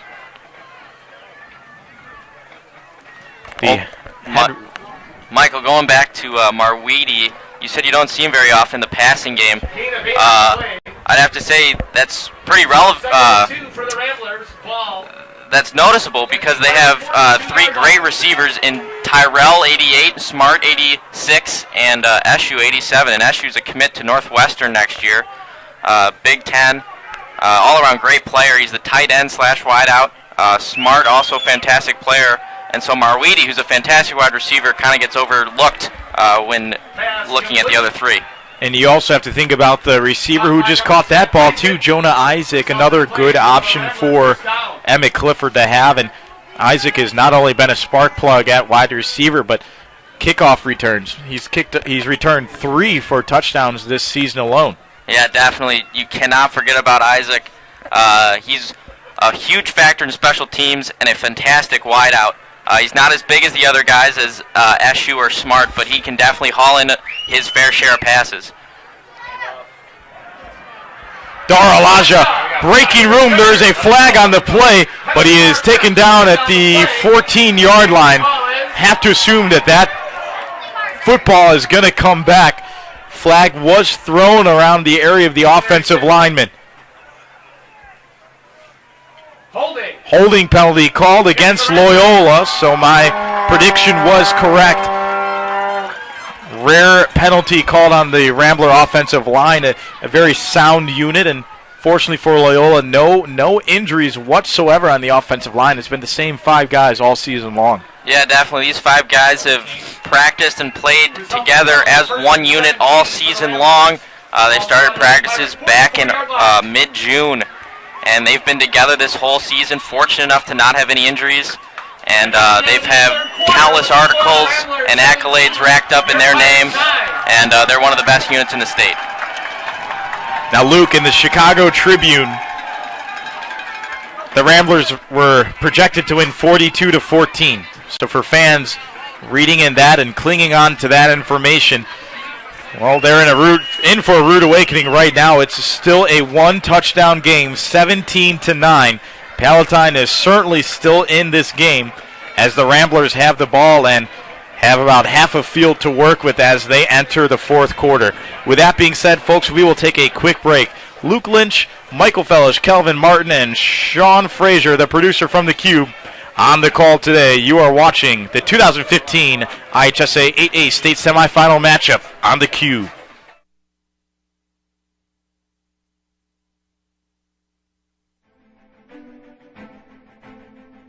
Loyola Academy proudly presents the 2015 IHSA 8A State Playoffs semifinal matchup as the top-seeded Ramblers of Loyola Academy travel to Palatine to take on the Pirates. This game will be streamed live on the Cube, with the winner punching their ticket to Northern Illinois University to play in the state championship game.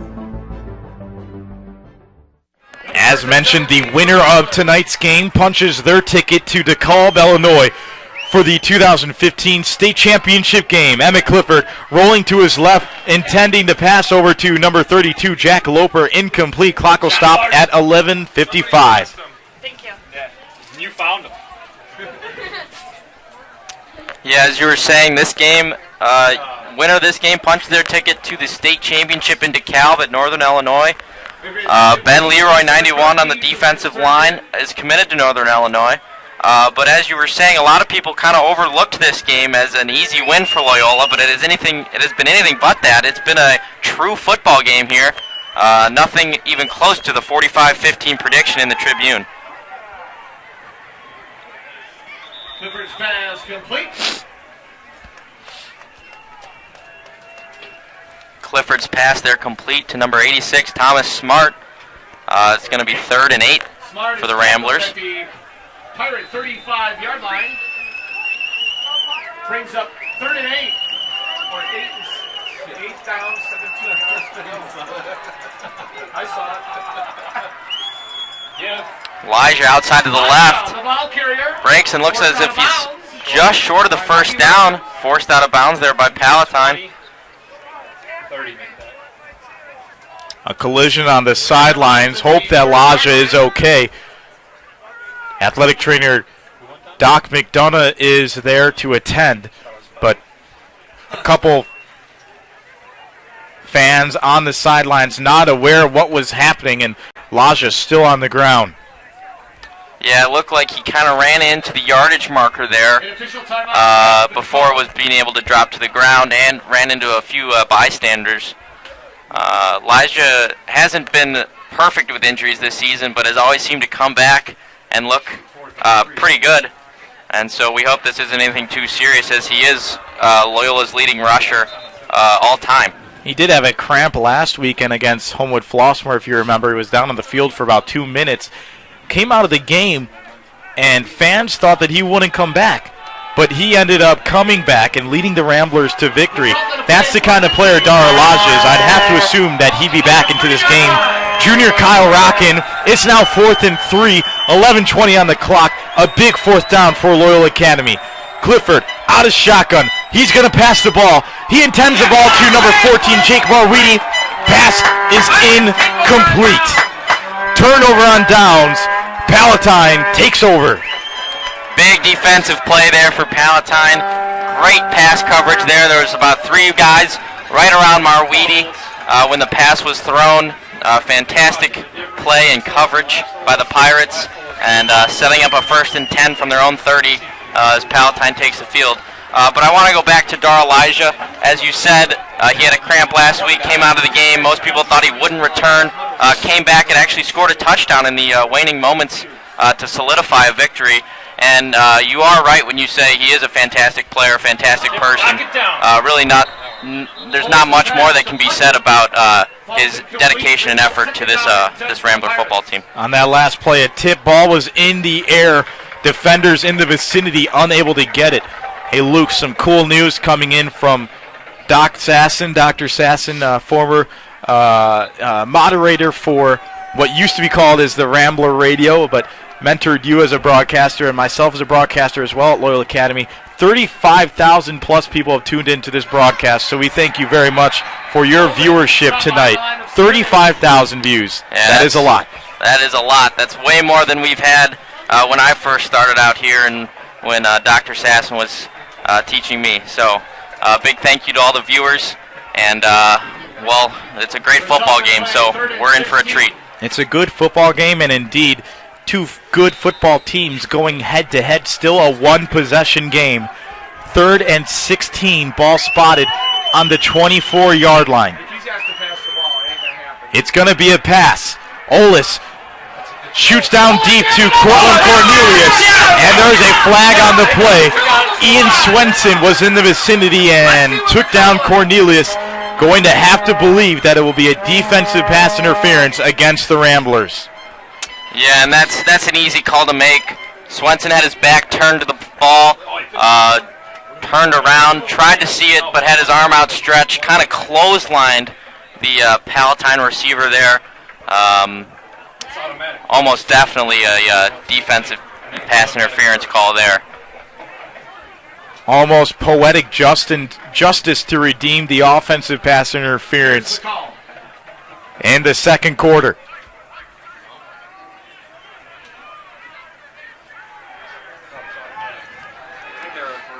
Pass interference against the Ramblers. Result of the penalty brings up 3rd and 2. So indeed, that was a pass interference against number 15, Ian Swenson. 3rd down and 1, that is, on the 24. Ramblers stacked up deep. Cornelius with the end around. Take that back. Olis, the ball carrier, and the Ramblers sniffed it out immediately. A host of linebackers in the backfield to take him down. 4th down and 3. And there's that big defensive line for the Ramblers, able to keep their positions there, not go for the end-around fake, and grab Olis in the backfield. Big 4th down here for Palatine. Punter is on the field for Palatine. Jack Martinez back around the 30-yard line for the Ramblers. 4th and 3. Pirates punt it off, and a good one at that. In the air, Martinez grabs it. Comes out of his hands, has to find time to get back onto his feet, gets about 3 yards or so on the return after he has the ball muffed out of his hands. Yeah, scary moment there for the Ramblers punt return. Looked like he had it pretty solid, just dropped it, but was able to recover. No damage done there. Good coverage for Palatine, only a few yards on the return. You are indeed right. A scare for the Ramblers that quickly got alleviated as Martinez picked up the ball. The Ramblers will take over and downs on the 27-yard line. 1st and 10, trips to the left side of the field.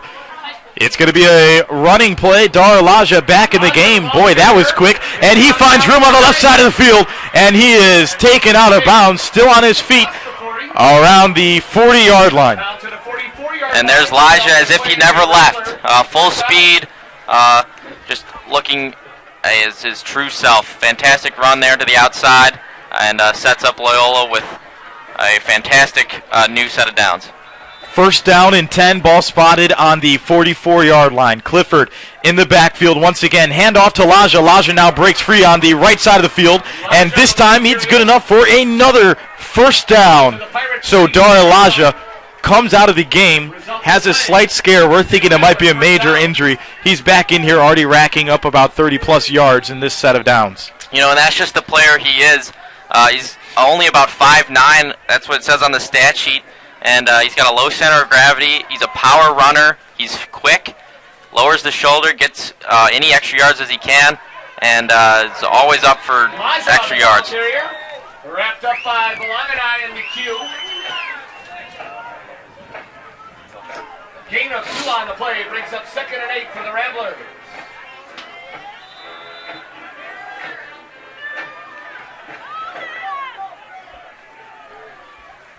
I know the owner of the keys, the car keys. Oh, you do? Oh, yeah. Here we go. About a 3-yard rush on the play from number 1, Daralaja. It'll now be 1, 2, 3, 4, 5. 3rd down and 6. Had to count it out. 3rd and 6 for the Ramblers. Could be a college graduate. Still have to count things out sometimes, Luke. 3rd and 6, ball spotted on the 42. Daralaja with the rush again. He breaks free and has room. Past the 1st down yardage and then some. Down on the 30-yard line. Can't even say enough good things about number 1. He is putting this team on his back right now. Yeah, definitely. Loyola has gone in and out of the Russian passing game today. A pretty even balance. That's the 5th straight rush this drive. He's brought them all the way from their own 20 up to Palatine's 30. Fantastic display on this drive here by Elijah. Ramblers keep it on the ground. Rock the ball carrier.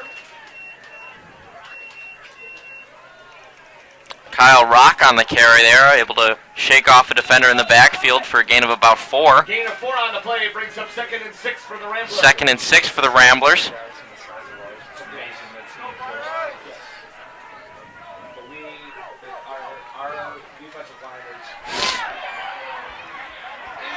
Kyle Rock, a junior who has been a good complement to this Rambler offense whenever Laja has needed breathers in the game.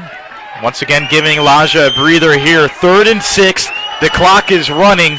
7:18 here in the 4th quarter. Fans, thank you for joining us for this exciting semifinal matchup. And you know what, Luke? Fans were expecting a blowout in this game, but I wouldn't expect it any other way. This is how high school football should certainly be. Just one possession game. Ramblers up 17-9 and looking to tack on right here. Yeah, definitely. These two teams are both worthy of going to the state championship. No better way than to battle it out here in Palatine. A big defensive stop. Number 7, Dylan McHugh, linebacker, breaks Emmett Clifford in his tracks.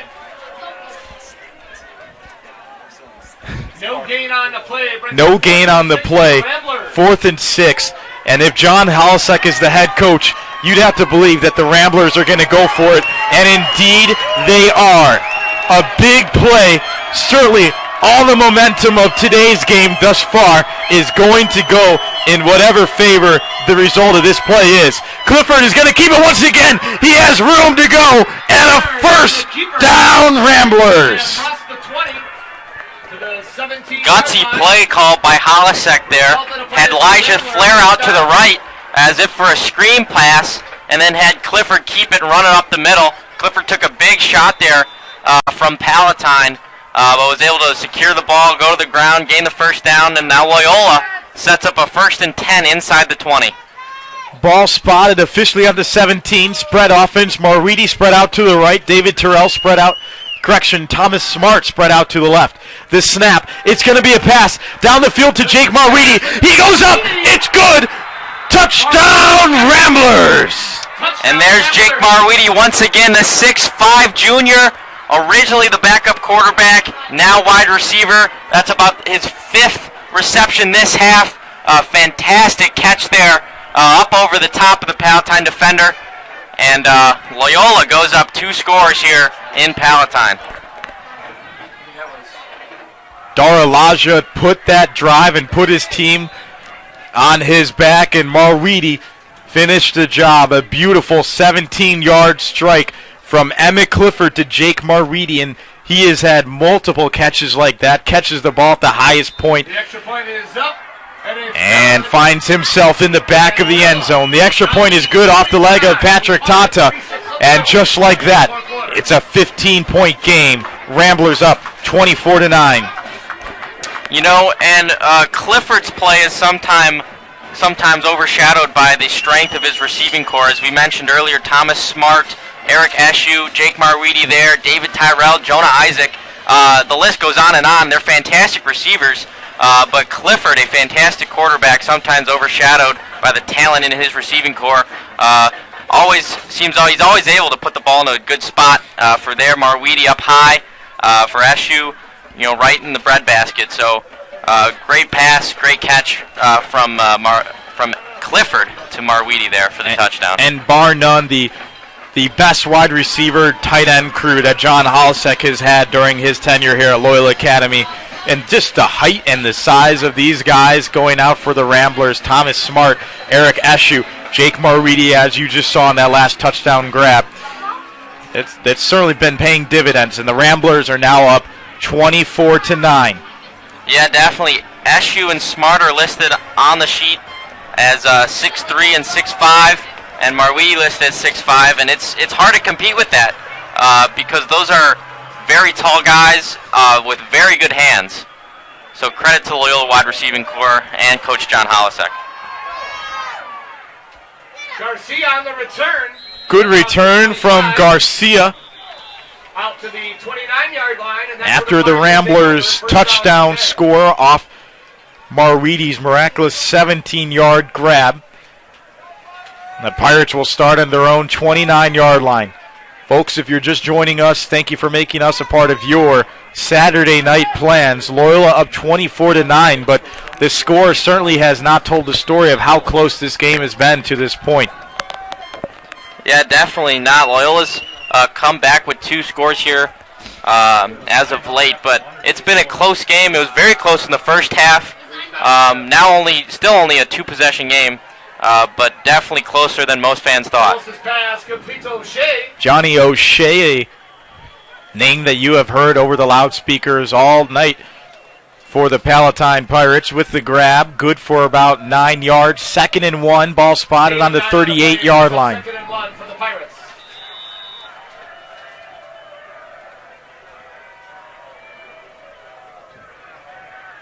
Passing play, batted down by number 50, Jack Howe. Clock will stop at 5:12 with the incompletion. Still 3rd and 1. Rambler defense now working with a comfortable lead. And Luke, that's how they played all season long, with a big lead in their pocket. So they're now back into a similar situation, similar feeling that they've had all season long indeed. Yeah, definitely. As we said earlier, last week and this week were the only 2 games this season that Loyola has trailed, and so they're definitely comfortable in the driver's seat as they find themselves here tonight late. But as we just saw there, the second pass batted down by that just enormous defensive line. Jack Howe, you said earlier, is 6'5", Ben Leroy, 6'3", and he's committed to Northern Illinois. The defensive line for Loyola is just massive, and it's hard to get the passes up and over, as we just saw with those 2 blocks in a row. 4th and 1. And the Pirates are going for it. Shotgun formation, 4 receivers, 2 split out on each side. The pass is up to Cornelius. The pass is good indeed, so this drive stays alive for the Pirates. Great play call there, a little button hook up and under. Was able to get forward progress there on the reception, enough to move the chains for a first down. 1st down and 10, ball on the 41, another pass for Olis. This time intended for, can't get the number on that, I believe that was Lamb. Did have a hand on the ball, but would have been a tricky reception for the receiver. Yeah, ball was thrown a little behind him. He had beat Swenson, the safety there, and had some running room, but the pass was a little behind him there and forced the incompletion. A lot of pressure coming here.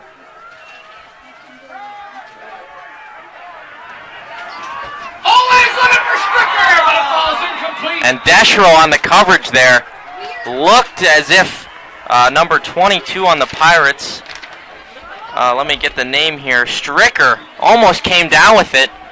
Beautiful placement by Olis there. Deschero able to break it up at the last second. But great pass there from Olis, just broken up at the last second.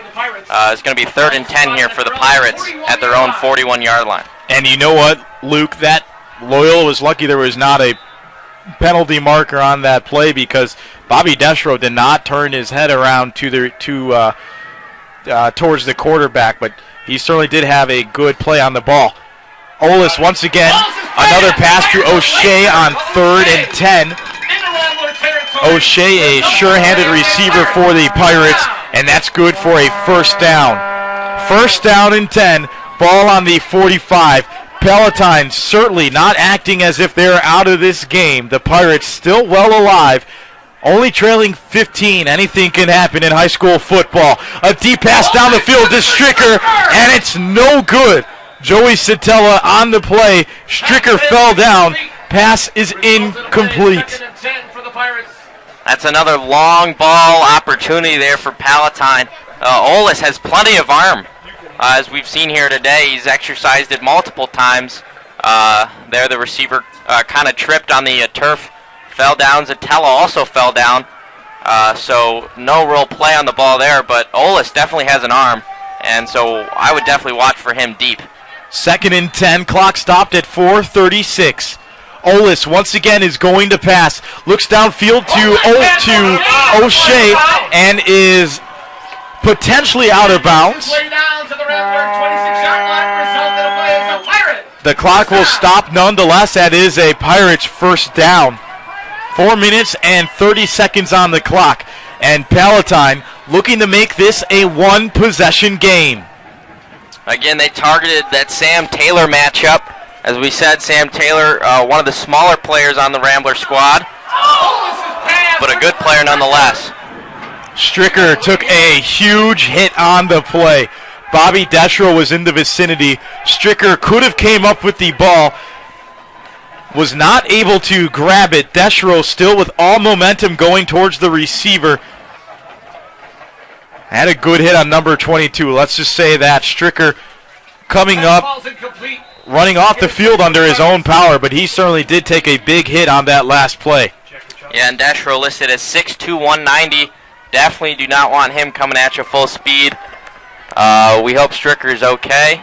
He seems to be as he trotted off the field under his own power, as you said. But a big hit there by Deschro. Pass now complete. O'Shea once again with the grab. Can't believe he caught that. That was over his helmet. But number 80 is keeping the Pirates intact. First down and goal on the 9-yard line. Yeah, and that's the third out route we've seen from O'Shea. He's run about 5-6 yards up and then just breaking towards the sideline against his matchup, Sam Taylor. Olis has found him relatively wide open. That one over his helmet and a fantastic catch by O'Shea. Olis looking for his receiver, in and out of the hands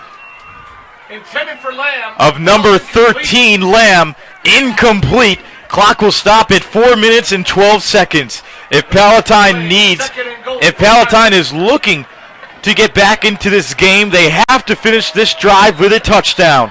The Ramblers starting defense will make sure that doesn't happen. Luke, this is going to be the first game all season the starting defense will play from start to finish, and fittingly so in the semifinal game. Yeah, haven't really had a challenge. They had a little bit of a scare last week in the first, up until the third quarter. Olis finds O'Shea. Dives for the pylon, but is short. O'Shea with the grab. Don't know who the Rambler was on the coverage. I believe it was Romano. O'Shea was lifting all of his momentum into the end zone, but they did not call it a touchdown. He was thrown out of bounds. The clock is stopped at 3 minutes and 51 seconds. Palatine is knocking on the door for a touchdown here. The pass is up, and the pass is complete. Johnny O'Shea scores for Palatine. Don't blink your eyes, folks. Anything can happen in high school football, and Palatine is right back in this game. Again, that's Olis to O'Shea. That's about the sixth time they've connected this drive. He was working on Sam Taylor there instead of the out route, which I mentioned earlier. He ran an in, able to catch it right over the middle for an easy score, and Palatine right back in the game here. 24-15, make it 24-16. The extra point is good, and the Pirates now trail 8 points. Now keep in mind, a knowledgeable football fan will know a touchdown is 6 points, so the Pirates, if they were to score another touchdown, still have to complete that 2-point conversion, and that is just to send it into overtime if that is what the score will allot. But still, 3 minutes 42 seconds on the clock, 24-16. Folks, we got a nail-biter here at Palatine. We'll take a quick break. You're watching the 2015 IHSA State Semifinal on theCUBE.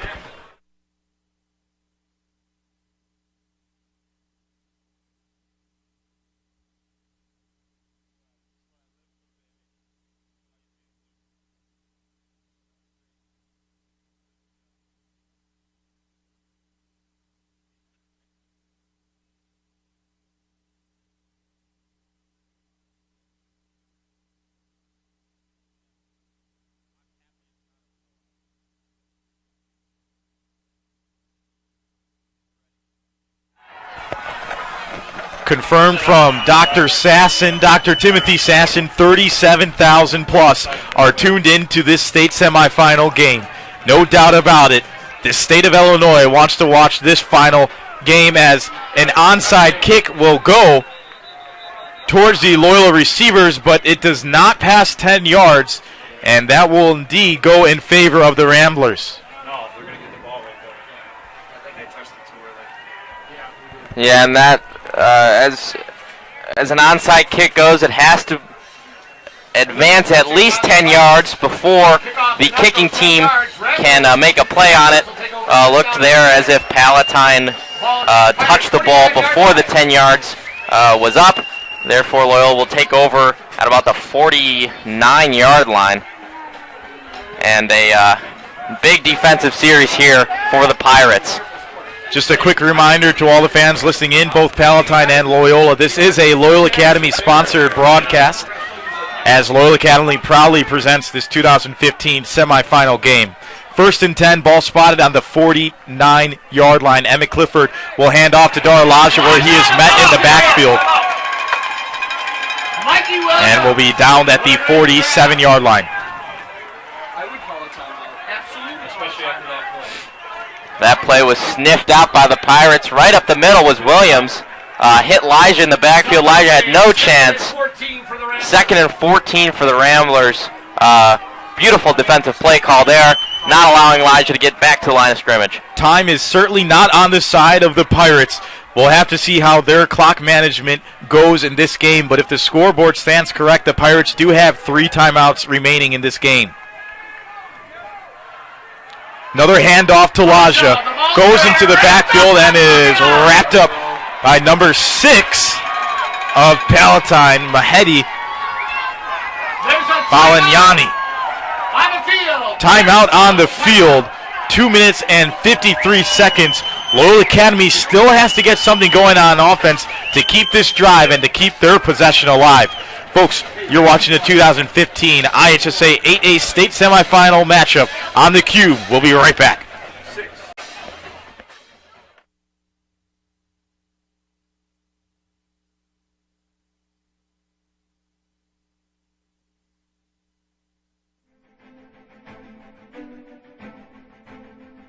Loyola Academy proudly presents the 2015 IHSA 8A State Playoffs semifinal matchup as the top-seeded Ramblers of Loyola Academy travel to Palatine to take on the Pirates.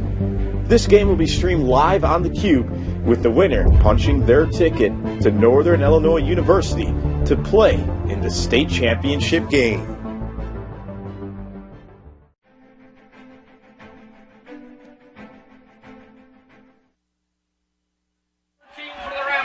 Third and 14 for Loyola. This certainly has a lot of implications on the line. Palatine only down 1 touchdown score. 4 wide receivers spread out, 2 to the left, 2 to the right. A handoff, take that back, a pass, downfield, looking for Thomas Smart, out of his outreach hands, incomplete. Clock will stop at 2 minutes and 48 seconds. And for Palatine, that's about as great as that series could have gone for you on the defensive side. 2 quick runs stopped in the backfield, a timeout called, and an incomplete pass attempt to Thomas Smart from Emmett Clifford. And now the Ramblers are going to be forced to punt from their own side of the field. And things have taken a turn here in Palatine.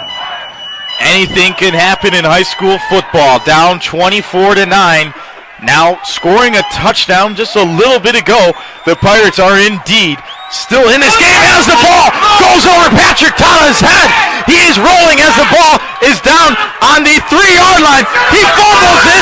The ball is still in the end zone, and it'll be potentially a touchdown.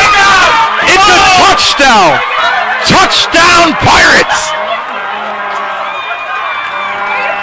Touchdown Pirates! That is the second snap over the head of Patrick Tata from John Shannon, the long snapper committed to the University of Notre Dame. A little too much on that. Slippery, wet conditions here from the snow. Up over the head of Tata, the punter, into the back of the end zone, and a touchdown for the Pirates. That punter kicked it out of the back of the end zone. Right, it would have been a safety. And then, right? Yeah. A drastic turn of events here in Palatine. With a 2-point conversion, the Pirates can tie the Loyola Academy Ramblers with just about 2.5 minutes here left in the 4th quarter of the state 8A semifinals. Tell your neighbor, tell your cousin, tell your uncle, tell your dog.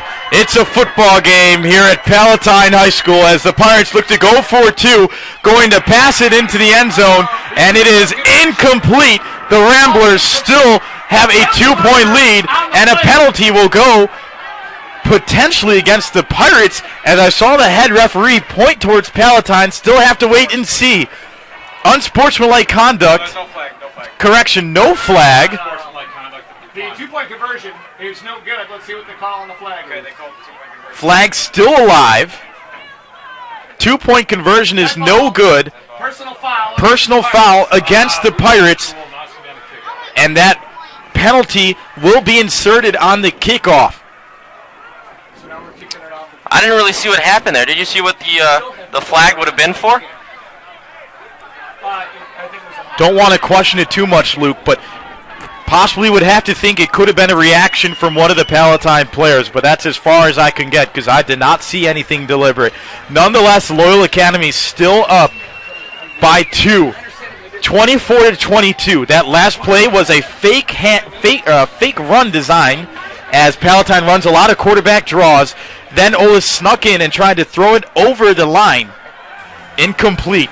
My goodness, what a game, Luke. Excited to have you on the call. This is just absolutely fantastic. Yeah, but an important thing to remember, there's still 2 minutes and 36 seconds left in the ball game. And with Palatine only down 2, it's still anyone's ball game. Loyola Academy cannot feel comfortable. Palatine cannot feel disappointed. There's still a lot of football to be played here in the semifinals, and I'm excited and looking forward to it. 2 minutes and 36 seconds left on the clock. 24-22.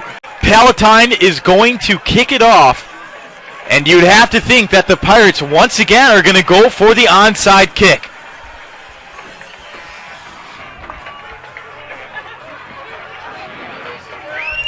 Yeah, almost definitely an onside kick opportunity here. If you're Loyola, you have to stack the side.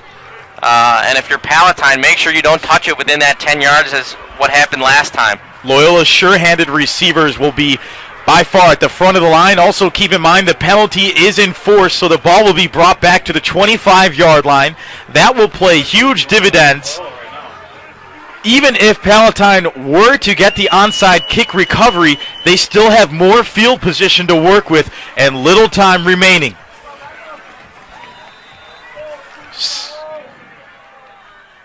And the kick is up, and it goes to Jonah Isaac. Isaac will recover, has some time and blockers to work with. He will be down at the 45-yard line. And Palatine confident in their defense. As we said, the last defensive stand they had was 2 quick rushes, stopped for losses, and a pass incomplete. Took very little time off the clock, was efficient, and obviously putting their trust in the defense here is Palatine. Loyola Academy taking the field here, 1st and 10 from their own 45, and we're going to have an exciting 2 minutes and 33 seconds here for the state 8A semifinals. I can't wait to see the plays that head coach John Holisek is going to call out for this drive. 2 minutes and 33 seconds. This is by far another instant classic for the Ramblers. Pass intended to Thomas Smart is good. Received down at the 50-yard line. That'll be a 5-yard reception, and the clock will still run. 2 timeouts remaining for Palatine. Also interested to see in how they will manage this clock. 2 minutes, 10 seconds, and running. Loyola will do everything they can to keep the ball inbounds, to keep the clock running in their favor. Dar Elijah will slip down before he runs out of bounds. A gain of 2 on the play. And Palatine will call a timeout. Folks, you can't get any closer than this. This is high school football at its finest, and the Cube is excited and proud to be bringing you this game. We'll take a quick break as this timeout is enacted. You are watching the 2015 IHSA 8A state semifinal matchup on the Cube.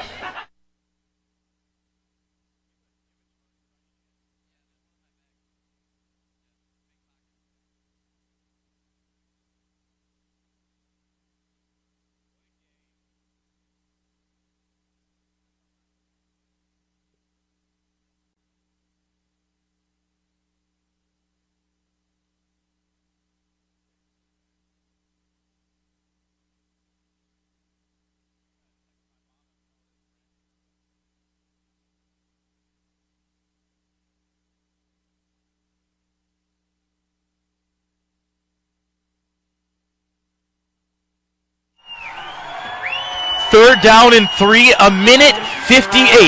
A huge 3rd down stand for this Palatine defense. And can the Rambler offense keep this game on their side? Emmett Clifford trying to enact the front line offsides, unable to do so. Loyola averaging 41 points all season long, now only held to 24 as Clifford looks down the field, passes to Thomas Smart. The pass is good. The pass is good as Smart walks out of bounds. Clock will stop at a minute 53. And there he is, Thomas Smart, one of the sure-handed receivers, as you said before, listed as 6'5" on the stat sheet. Goes up, gets that one. Huge play for the Ramblers. Looks as if he just outran the Palatine defense there. But as he ran out of bounds, clock will stop at 1:53. Still some work to be done here in the waning moments of this semifinal game. Handoff to Darlaja. Has some room to work with. Gains yards on the play. Taken down at the 15-yard line. All of a sudden, things are working out for the Ramblers, and this Palatine sideline has certainly lost some of its volume as the Ramblers have a minute 45 on the clock and the ball well in their favor on the field. We'll take a quick timeout once again. An exciting semifinal matchup you're watching on the Cube.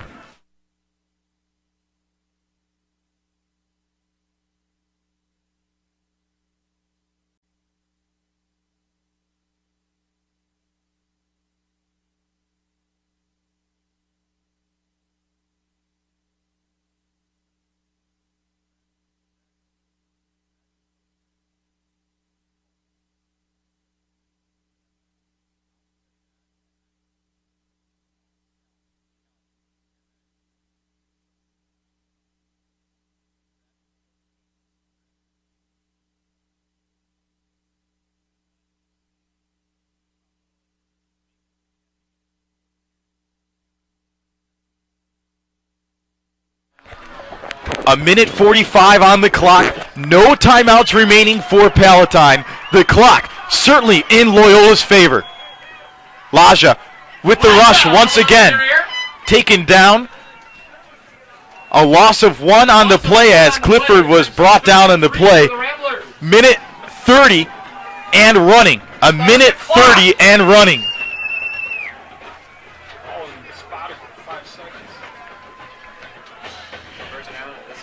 Third down and 3. If the Ramblers get a first down, this game could certainly be over.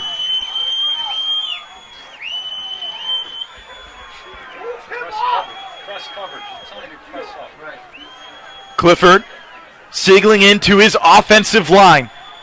Smart spread out wide to the left.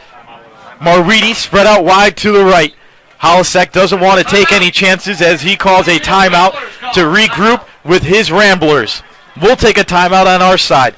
This match certainly is not over. A minute 03, 24-22 in favor of the Ramblers. We'll be right back. Semifinal game on the Cube.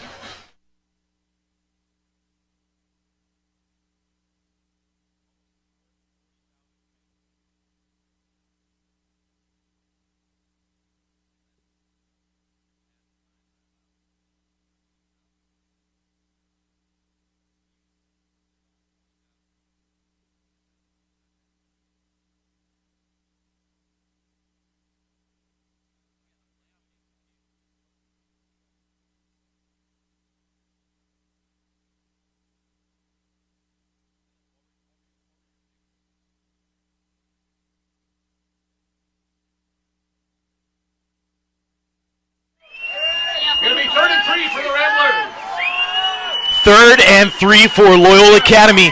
Jake Marweedy in the game has a first down and then some. Brought down at the 6-yard line. The clock will stop as the chains are moved. And with 58 seconds left on the clock and no timeouts for Palatine, Loyola Academy in the driver's seat here late in the fourth quarter of the 8A semifinal game of the IHSA state playoffs. And victory formation it is for the Loyola Academy Ramblers. No timeouts for the Pirates Have to keep in mind that this Palatine team had an amazing come-from-behind victory last weekend against Chicago Catholic League opponent Brother Rice. But this week, the other Chicago Catholic League team came in and got the job done. The #1 team in the state. And that has come to an end. Rambler fans, pack your coats. We'll see you in DeKalb next weekend.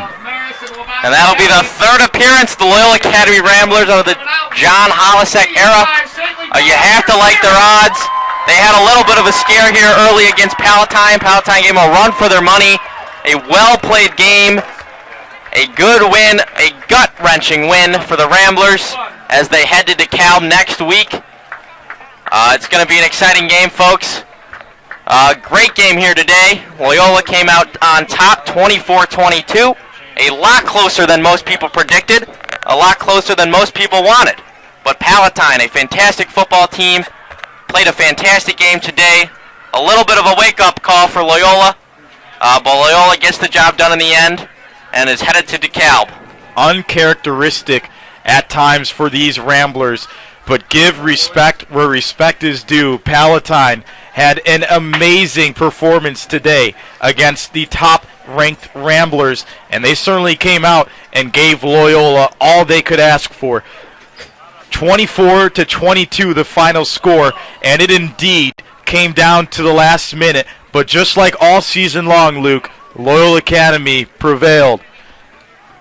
Yes, they did. Undefeated in the state, #1 team in the state. They've had a tough road to get to where they are now, but they succeeded. They are top 20 in the nation as one of the top high school football teams, and so a well-deserved win for them. But as you did say, Palatine, fantastic game, fantastic playing.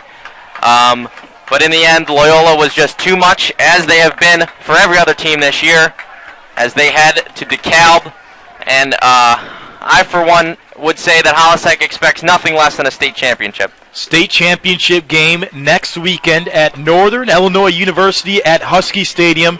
Kickoff set for 7 p.m.